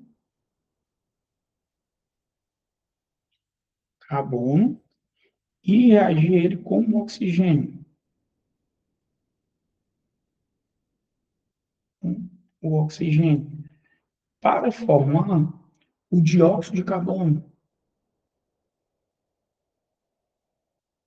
Dióxido de carbono.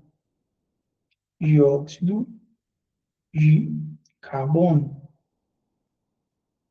Amigos, se nós usarmos 12 gramas de carbono e 32 gramas de oxigênio, e a proporção é essa, tá? Baseada na massa dos átomos, depois te mostrarei isso, a gente vai formar 44 gramas, né? Antes tinha 44, 12 mais 32, depois continua tendo 44 gramas. Massa antes é igual a massa depois. Tranquilidade?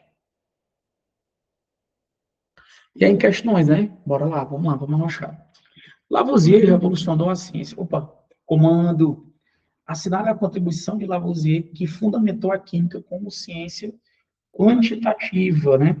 Qual foi essa contribuição do nosso querido Lavoisier, que foi que ele fez? O texto é ilustrativo, né?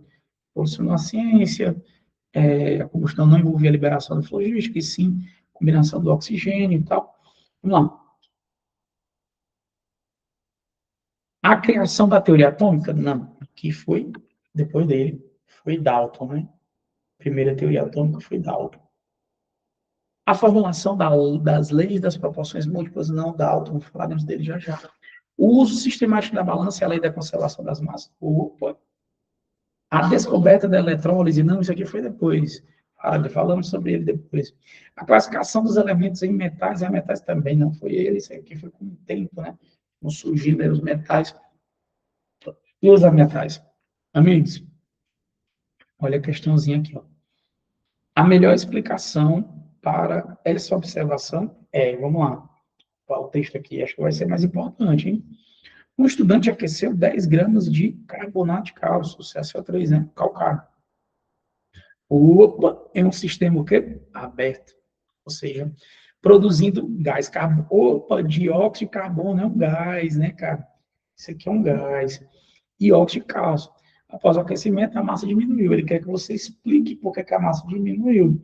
A massa diminuiu porque o CO2 ele é um gás, ele vai embora. E aí a massa diminui. A lei de Lavoisier não se aplica? É uma lei, irmão. Se aplica em toda a reação química. Não existe exceção para a lei de Lavoisier, tá? Parte da massa foi convertida em energia, não. Isso aqui os caras tentam reinterpretar a lei de Lavoisier, né, usando a relatividade, mas em termos práticos de cotidiano, isso se observa. Bem assim, né? O CO2 gasoso escapou do sistema, reduzindo a massa total. Pronto, amigos, é essa daqui. Tá? Mas essa questão, depois que eu mandei material, foi que eu vi. Ela tem um probleminha, olha a D aqui também. Ó.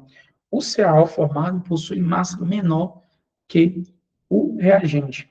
Então, tu tem que fazer o seguinte, ou tu altera aqui, né, a questão, ou então vai ter duas corretas, tá? C e D.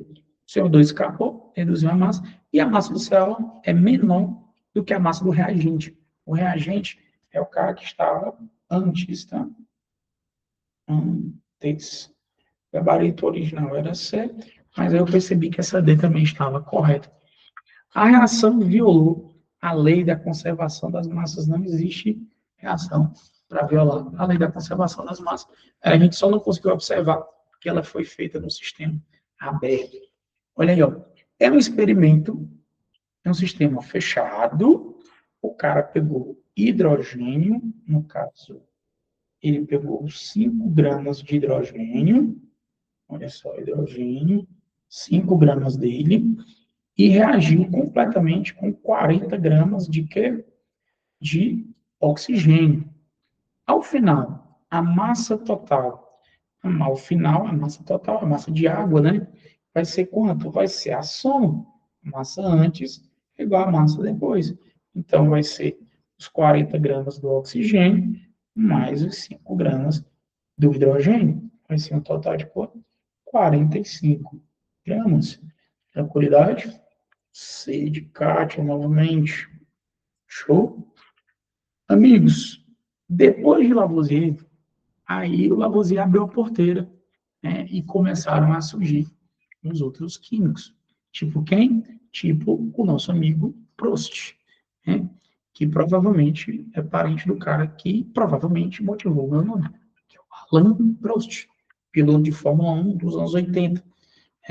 O Alain Prost. Eu nasci em 88, então não foi por causa do Alain Prost, mas meu pai queria botar meu nome de U Anderson. E aí, graças a Deus, a minha mãe e minha tia disseram, não, o Anderson, nada contra os Anderson, tá, meu amigo Vivaldo? Nada contra os Anderson, tá? Mas Alan eu gosto, né? Mais interessante e simples, né? É fácil de aprender. Não, Alan é bonito, Alan é curto, Alan é simples, Alan é elegante, Alan é legal. Aí tinha uma porrada de Alan naquela época. Eu, na escola, joguei no time de futsal que todos eram Alans, menos o goleiro. Era eu, o Alan Vasconcelos, né? Tinha o Alan Alves, tinha o Alan Carvalho, tinha o Alan Eduardo, tinha o Jorge Alan. Por incrível que pareça, isso aconteceu. Aí, o que acontece? Jogava bola com trocentos Alan. Por quê? Por causa do Alan Prost, que eu acredito que é algum nível de parentesco, seja parente do Prost, que criou a lei das proporções definidas, que tu conhece, macho. Tu conhece a lei das proporções definidas. Tu conhece. Ela está na cultura já. Graças a quem? Graças ao trabalho dos químicos. Graças à divulgação e educação científica. Como assim, Alan? Obviamente, é a prática, né? Ela é empírica. Se tu olhar na internet uma receita de um bolo, tu olha lá, bolo de 10 fatias. É, usa, inventando aqui, tá, gente? É ficção. Tu usa 2 xícaras de farinha e tu usa 2 xícaras de farinha e tu usa 4 ovos. 2 xícaras de farinha, 4 ovos, para um bolo de 10 fatias. Aí tu diz assim, meu irmão, povo, 10 fatias dá nem pro cheiro, porra, aqui de casa, né? Daqui gosta de bolo. Quero fazer um bolo de 20 fatias. Você tu vai dobrar a quantidade do bolo, basta tu fazer o quê? Dobrar a quantidade dos materiais. Ao invés de tu usar 2 xícaras de farinha do trigo, tu vai usar 4 xícaras. Ao invés de tu usar 4 ovos, tu vai usar 8 ovos. Então, isso é a lei das proporções definidas, que a gente usa demais na estequiometria. E ela, o enunciado dela é como? Ela é assim, ó.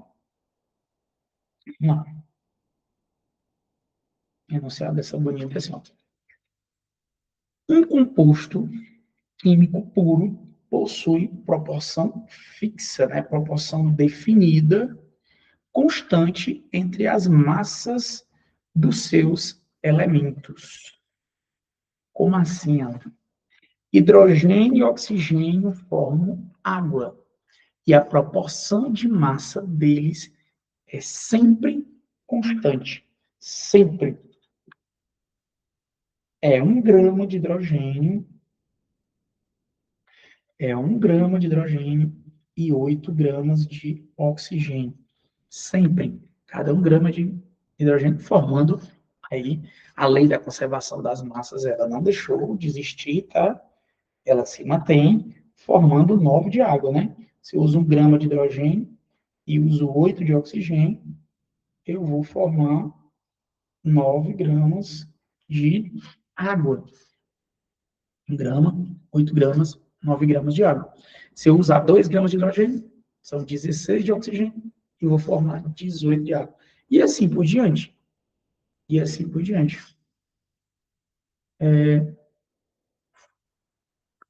Amigos, o que acontece? Quando você analisa a composição da massa da água, a porcentagem de hidrogênio é sempre a mesma. É mais ou menos 11,1 a 11,11% é a massa de hidrogênio na água, né? Basta tu pegar aí o 1 e dividir por 9, né? Que tu tem a porcentagem, né? Parte pelo todo, tu divide aí, tu tem, tu multiplica por 100 dá 11,11, arredondando. Então, o restante, que é 88,89%, é a porcentagem, né? Subtraindo de 100, e arredondando também, é a porcentagem que nós temos de oxigênio na água. E é sempre essa porcentagem. Se não for essa porcentagem, não será água. E isso vale para todos, tá? Para todos. Todas as substâncias, a proporção entre de massa dos elementos que formam eles é sempre constante. Por isso que é uma lei. Vale para todas. Todos, todos, todos. Proporção constante. Tranquilo? Consequências, né? A gente consegue diferenciar um composto de uma mistura. Por exemplo, se a proporção não for aquela, não entre hidrogênio e oxigênio não é água, vai ser uma mistura. A gente consegue diferenciar. A composição centesimal é sempre a mesma, né? Ajuda a identificar. Como eu disse, para qualquer composto químico, tá? O que é composição centesimal? Composição centesimal é a porcentagem em massa. Porcentagem em massa. Porcentagem em massa. Tranquilo? Que é aquilo que eu mostrei, né? 11,11% de H seria assim, ó, da água seria assim, H 11,11% aproximadamente, né? E O 88,89%.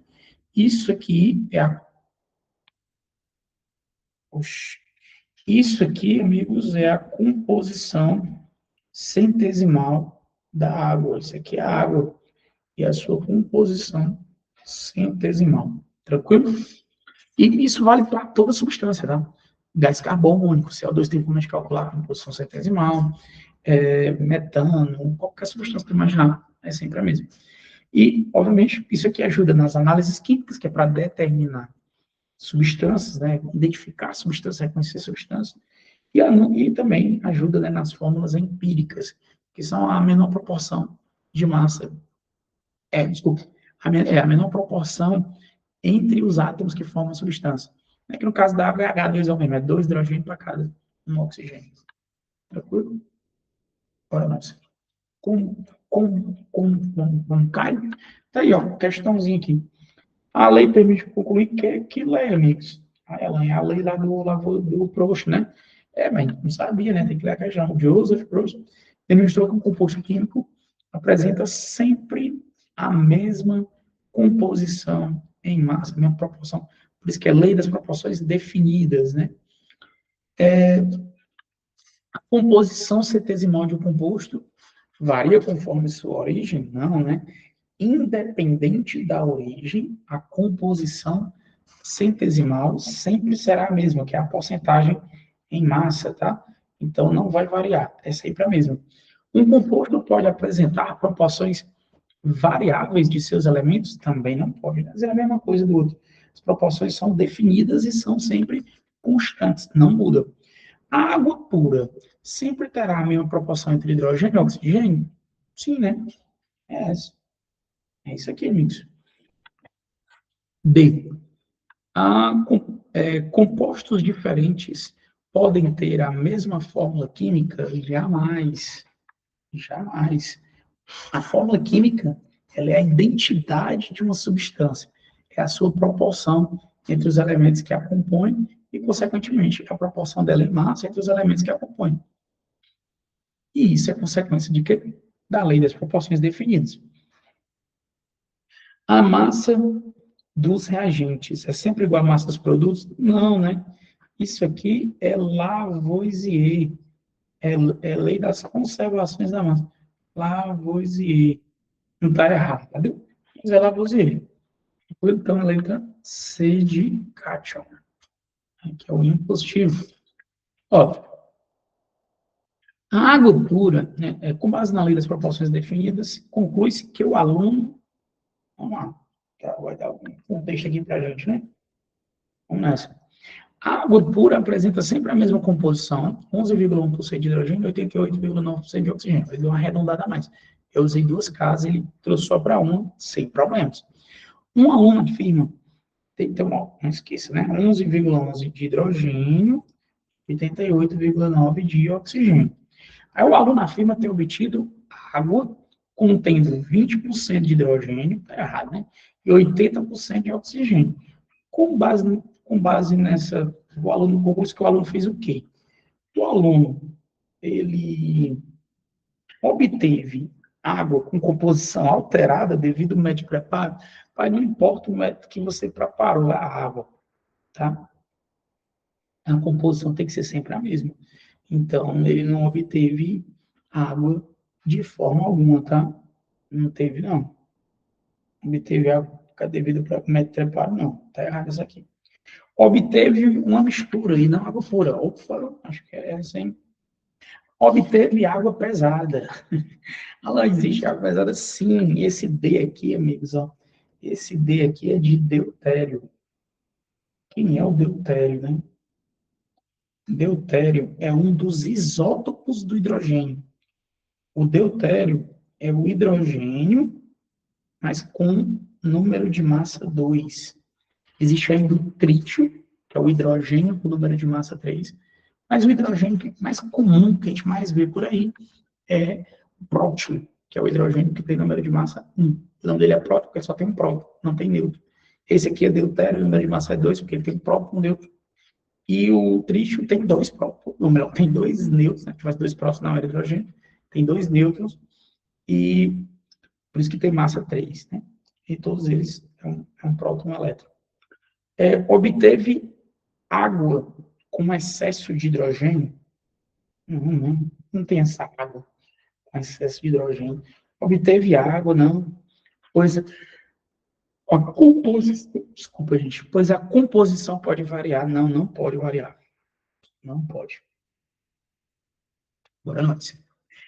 O peróxido de hidrogênio, né, que é a água oxigenada, chamada, né? Vou botar aqui a informação. A gente tem que fazer bagagem química, né? Água oxigenada.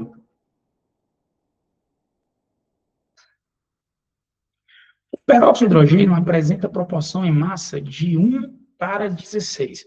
Proporção definida, constante. Se um frasco contém 34 gramas de peróxido, qual a massa de oxigênio? Vamos lá. Amigos, o H é 1 grama, o O é 16 gramas, e ele está dizendo que o peróxido, que é o H2O2, que é água oxigenada, vai ser quanto? 1 mais 16, que dá quanto? 17 gramas. Aí ele está dizendo uma outra situação, né? Uma outra situação, vou pôr aqui de outra cor para a gente poder diferenciar. Tá? Olha só, uma outra situação.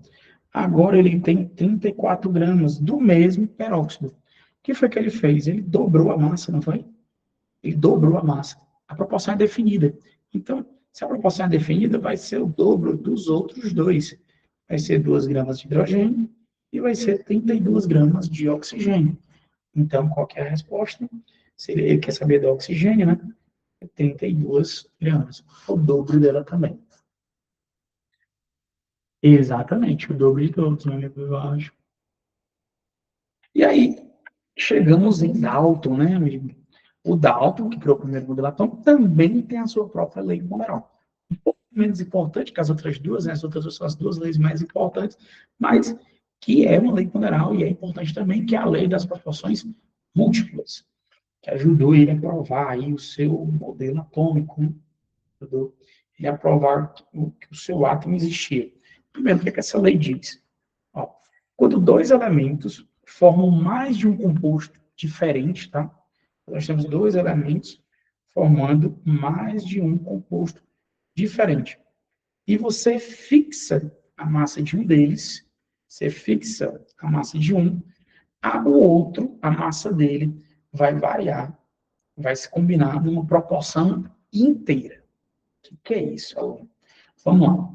Carbono e oxigênio, eles formam o monóxido de carbono e o dióxido de carbono, que é o CO e o CO2. Aí aqui eu trouxe exatamente esse caso. Ó. Se eu botar 12 gramas de carbono aqui no monóxido, vão ser 16 gramas do oxigênio. Se eu colocar, mantém fixa do carbono, tá fixa, não mudou. O que vai acontecer com a massa, eu fixei a massa desse, o que vai acontecer com a massa do oxigênio? Ela vai dobrar, é porque a razão entre eles é uma razão de 2. Isso a gente pode observar nessa outra questão aqui, ó. Hidrogênio e oxigênio também fazem a mesma coisa, ó. Hidrogênio e oxigênio, eles formam a água e eles formam o peróxido de hidrogênio. O que acontece? Na água, se eu uso 1 grama de hidrogênio, eu vou ter que usar 8 gramas de oxigênio. E a gente viu na questão anterior, o que acontece na questão anterior? 1 grama de hidrogênio é com 16 gramas de oxigênio. Aqui, ó.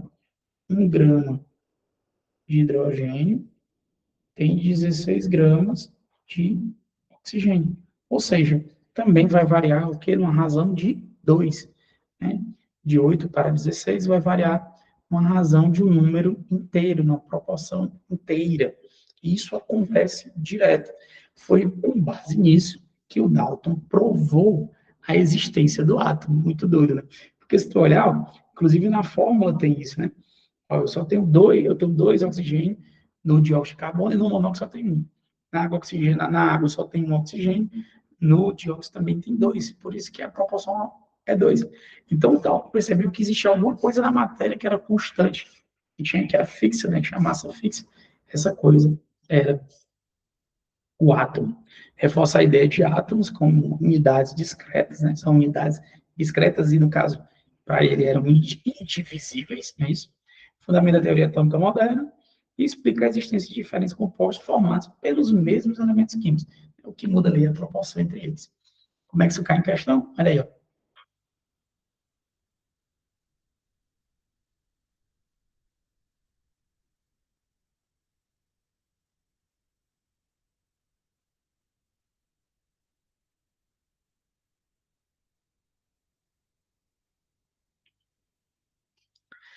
A razão entre as massas de oxigênio que se combinam com a mesma massa de nitrogênio é quanto, amigos? De novo, de 16. Ó, a razão está aqui, ó, está na fórmula, né? É 2, né? Vamos variar aqui, é o dobro. A razão é 2. Aqui, ó. A razão entre as massas de carbono que se combinam com a mesma massa de enxofre. Olha, opa, aqui, ó. Aqui o enxofre, 64. Aí qual é a razão aqui? É de 12 para 36, né? De 12 para 36. De 12 para 36, se tu simplificar, 12 dividido por 12 dá 1. 36 dividido por 12 dá 3, né? Então é de 1 para 3. De 1 para 3. Tranquilo? Um composto formado por elementos A e B apresenta proporção fixa, 6 gramas de A para 9 gramas de B. Outro composto formado pelos mesmos elementos químicos tem 6 gramas de A e 18 de B. Ó, o B era 9, foi para 18, né? Dobrou a massa. Proporção, mantive a massa de um fixa, do outro dobrou. Quem é que mostra isso? É o nosso querido a querida lei de Dalton, ou lei das proporções constantes. Não é isso? Como é que seria Lavoisier aqui, né? Lavoisier, tu ia formar o AB na primeira aí, ó, e a substância formada seria a massa seria 15 gramas, né? E no segundo, a massa seria de 22 gramas. Proust só entraria aí na proporção, se eu quisesse ou aumentar a massa de um deles, para saber como a massa do outro iria variar, ou então para mim reconhecer se realmente era o mesmo composto, né? Se mantinha a mesma propriedade. Última lei ponderal, aí é o grau de importância vai diminuindo, né?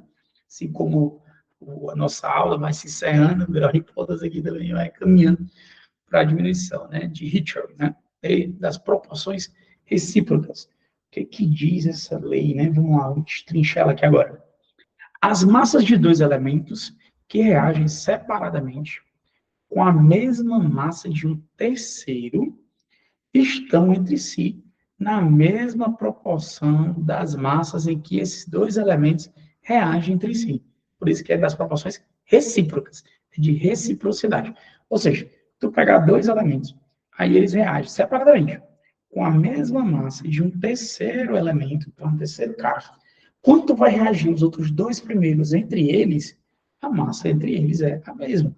É, eles mantêm a mesma proporção de massa que eles reagem com esse cara, com esse terceiro cara. Como assim, Alan? Vamos lá, deixa eu te explicar.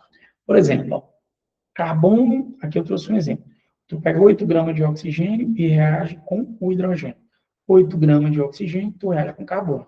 A mesma massa de um terceiro cara reagindo com outros dois.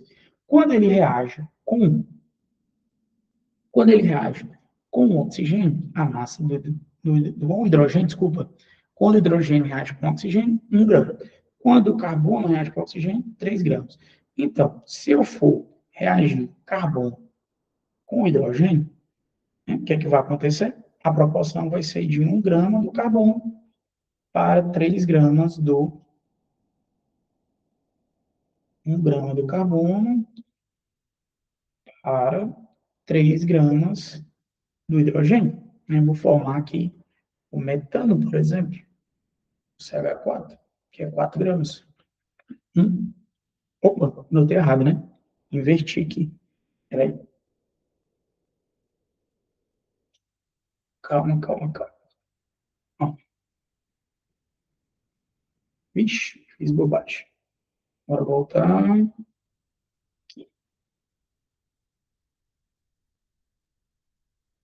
Pronto. É, então, são 3 gramas de carbono e 1 grama de hidrogênio. Porque eu fixei a massa do terceiro cara, que era o oxigênio, e reagi com ele. Lei das proporções recíprocas. Isso pode aparecer aí? Pode. Qual a importância, Helena? É básico do conceito de massa equivalente, né? Fundamentos dos cálculos de neutralização e completa as demais leis ponderais. Vamos ver isso com mais calma nos próximos, mais para frente, mas assim, como é que isso cairia, a lei de Hit em si, né? Olha essa questãozinha aqui, ela tem até uma pegadinha nessa questão. O cara diz assim, ó, o elemento X reage com 8 gramas de oxigênio, formando o composto XO. O mesmo elemento X, mas perceba que ele não diz que é a mesma quantidade, reage com 24 gramas de cloro, formando o XCl2.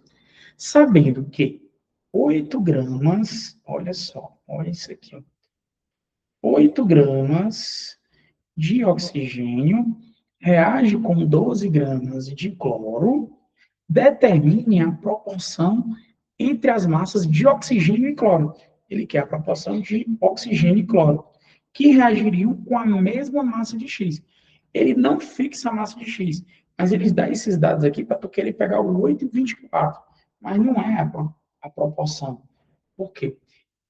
Como ele não fixou a massa de X, esses dados não são confiáveis para pegar a proporção. Mas ele me diz aqui a proporção de adesão, sabendo que 8 gramas de oxigênio reage com 12 gramas de cloro. Ó, se o oxigênio é 8 gramas e o cloro é 12 gramas, qual vai ser, qual será a proporção entre eles, né? É só simplificar. A gente pode simplificar por 4, né? Vai ser o quê? 2 para 3. É isso? Porque se tu faz o 8 com 24, tu vai pegar 1 para 3, né?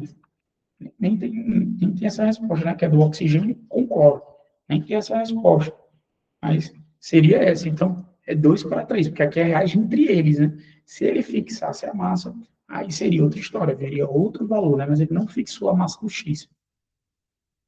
Tranquilidade. Bora mais. 8 gramas de oxigênio reage com 1 grama de hidrogênio. 8 gramas de oxigênio reage com 3 gramas de carbono. Aqui já é outra situação. Aqui perceba que ele fixou a massa do terceiro cara, né, que é o oxigênio. Segundo Richard, a proporção entre as massas de hidrogênio e carbono. Ele tem hidrogênio e carbono, a gente já fez essa, né? É 1.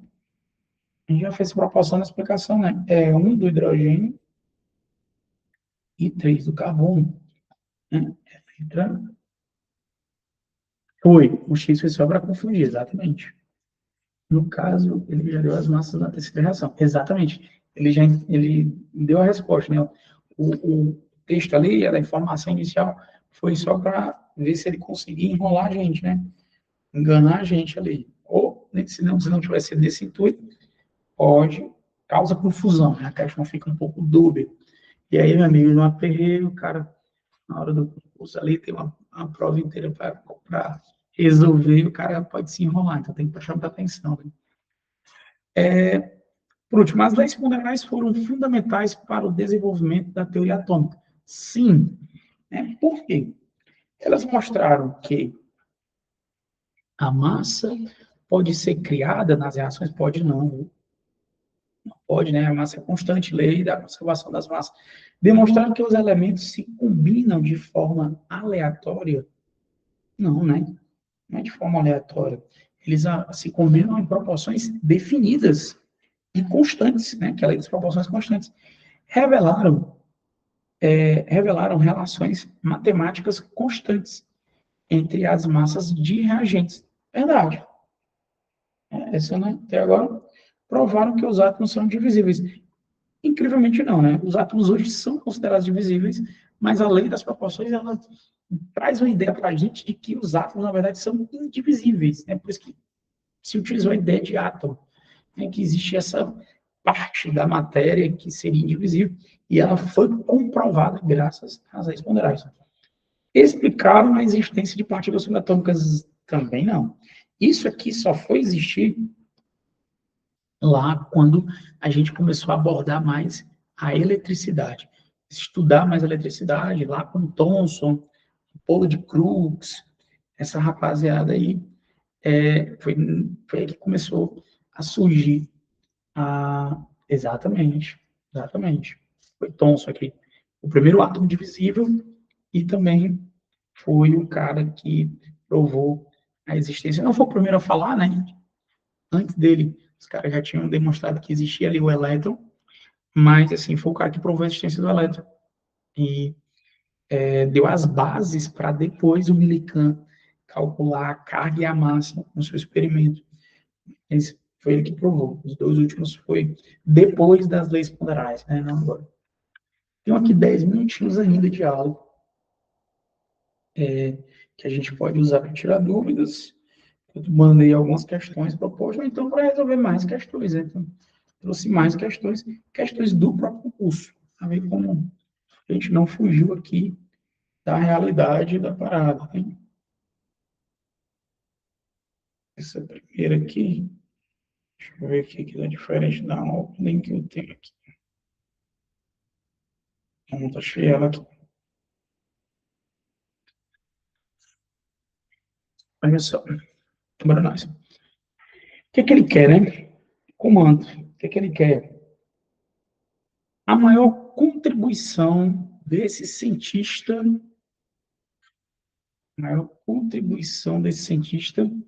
relativa à natureza elétrica da matéria foi... aqui ele está falando de Faraday, né? Eu botei essa questão na minha lista, eu vou dar a resposta dela aqui agora, mas eu antecipei ela, porque eu ainda vou falar ainda dessa parte de Faraday, e eu já tinha colocado ela aqui, eu vou dar a resposta dela aqui, e depois a gente comenta ela. O Faraday, a sua constante de Faraday, né?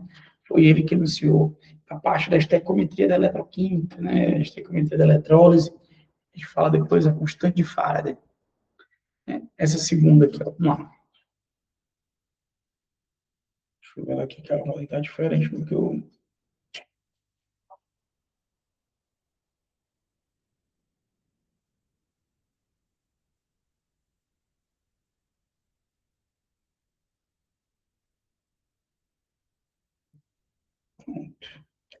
Essa aqui é grandona, né? Textãozão gigante. Desculpa, eu, pulo, eu pulo esse daí, não é? Eu quero ver o comando, ó. O que ele quer? O que ele quer que eu faça, né? Vamos lá. O que ele quer?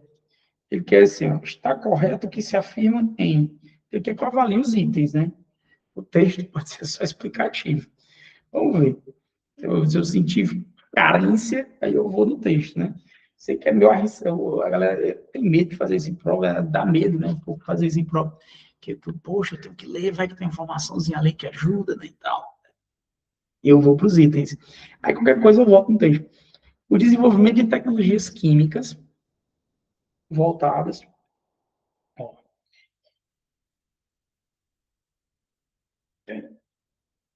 pronto. Desenvolvimento de tecnologias químicas voltadas à produção de medicamentos, vacinas e materiais hospitalares evidencia o papel da química na promoção da saúde coletiva e na ampliação da expectativa de vida da população. Sim, elixir da longa vida. A alquimia não conseguiu, nós conseguimos. 2. A aplicação dos conhecimentos químicos nos processos industriais, ao priorizar a eficiência produtiva, é isenta de impacto social. Isenta não, né?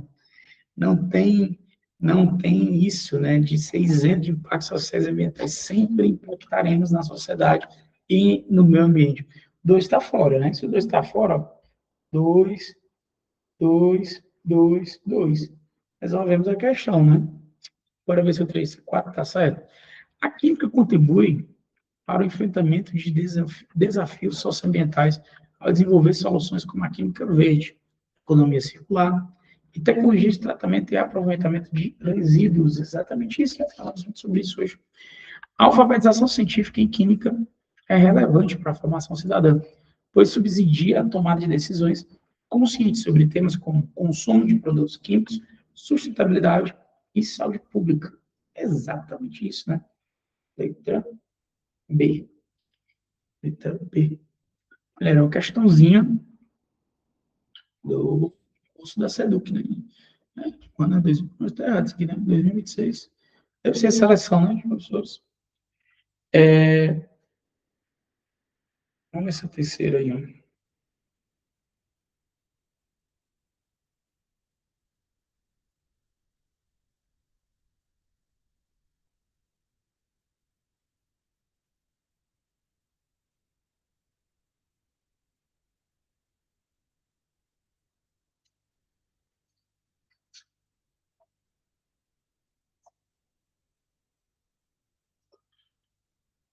Para nós. Isso aqui também, né? Sebrasp. 2026, para nós. Ó, o que ele quer, né? O que ele quer? Acerca do nascimento da química moderna e da lei da conservação das massas. Sinal é correto, né? Então, o que vem isso talvez seja substantivo. Vamos ver aqui se traz alguma coisa aqui que a gente precisa. A química moderna define que a energia interna de um sistema isolado varia conforme o trabalho realizado. Cara, energia interna de um sistema isolado não varia, né? Não vai variar, tá fora. E tem que ter nada a ver com lei da conservação das massas. A teoria do flogístico foi a base correta que permitiu Lavoisier, não, né? Hoje foi o que ele derrubou. O nascimento da química ocorreu de forma independente das balanças, não. A alquimia foi descartada sem contribuições? Também não.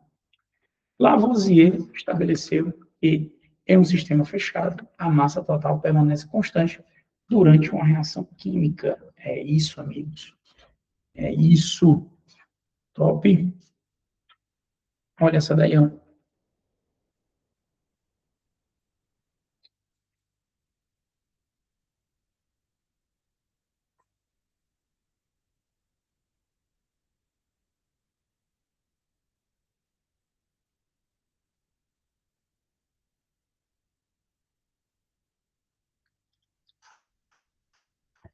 que é que ele quer? O que é que ele quer? O que é que o cara da questão quer, né? O eu lírico. O cara que fez, que ele queria. O flogístico defendido por... Ah, quem que defendia o flogístico, né? A descoberta do oxigênio pelo Skill, né? Skill.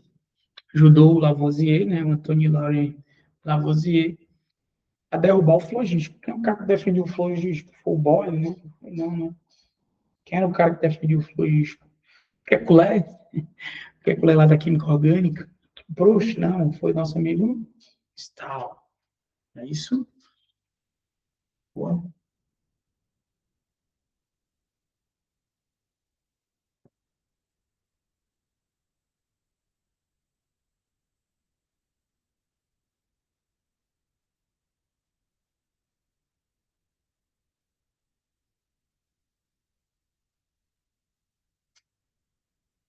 Vamos lá. Questãozinha para avaliar certo e errado, conhecimentos específicos, né?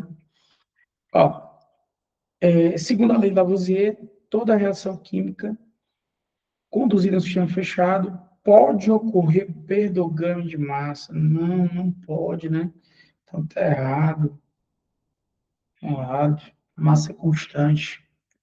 Bora lá, vamos para as últimas. Questãozinha que assusta, né? Textão, imagem, a sombra. Essas de texto grande, normalmente eu deixo para resolver por último. É minha estratégia para isso. Aí eu também ficou muito cansativo desenrolar da prova. No final. Aí o cara às vezes chega sem gás com as que precisa, né? Gastou o gás todo no texto. Pois é. Essa aqui é a imagem, texto, meu Deus. O que que o cara quer? O que que ele quer? O que ele quer? O que ele quer, né? Bora mais.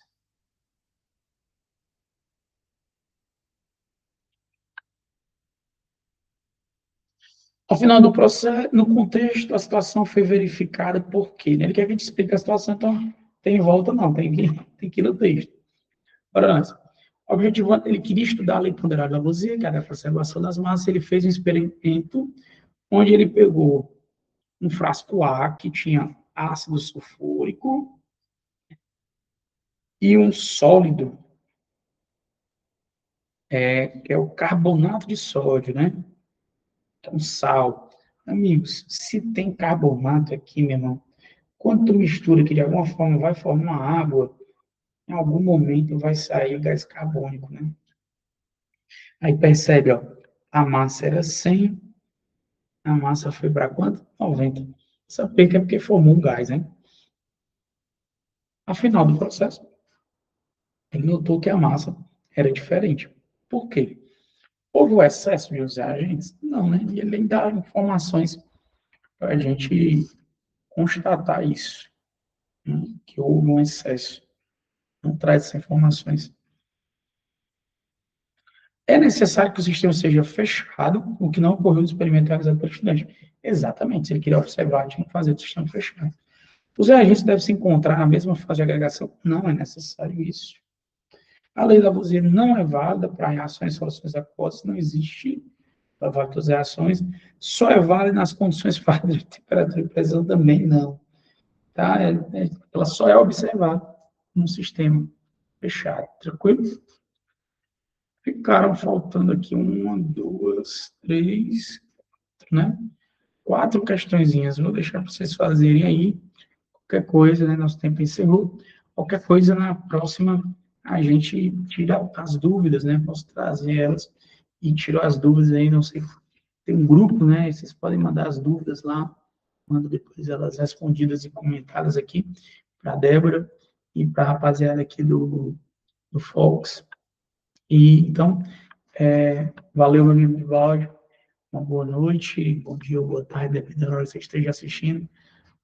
Valeu, tamo junto. Qualquer coisa, conte comigo. Obrigado. Até mais, galera. Valeu.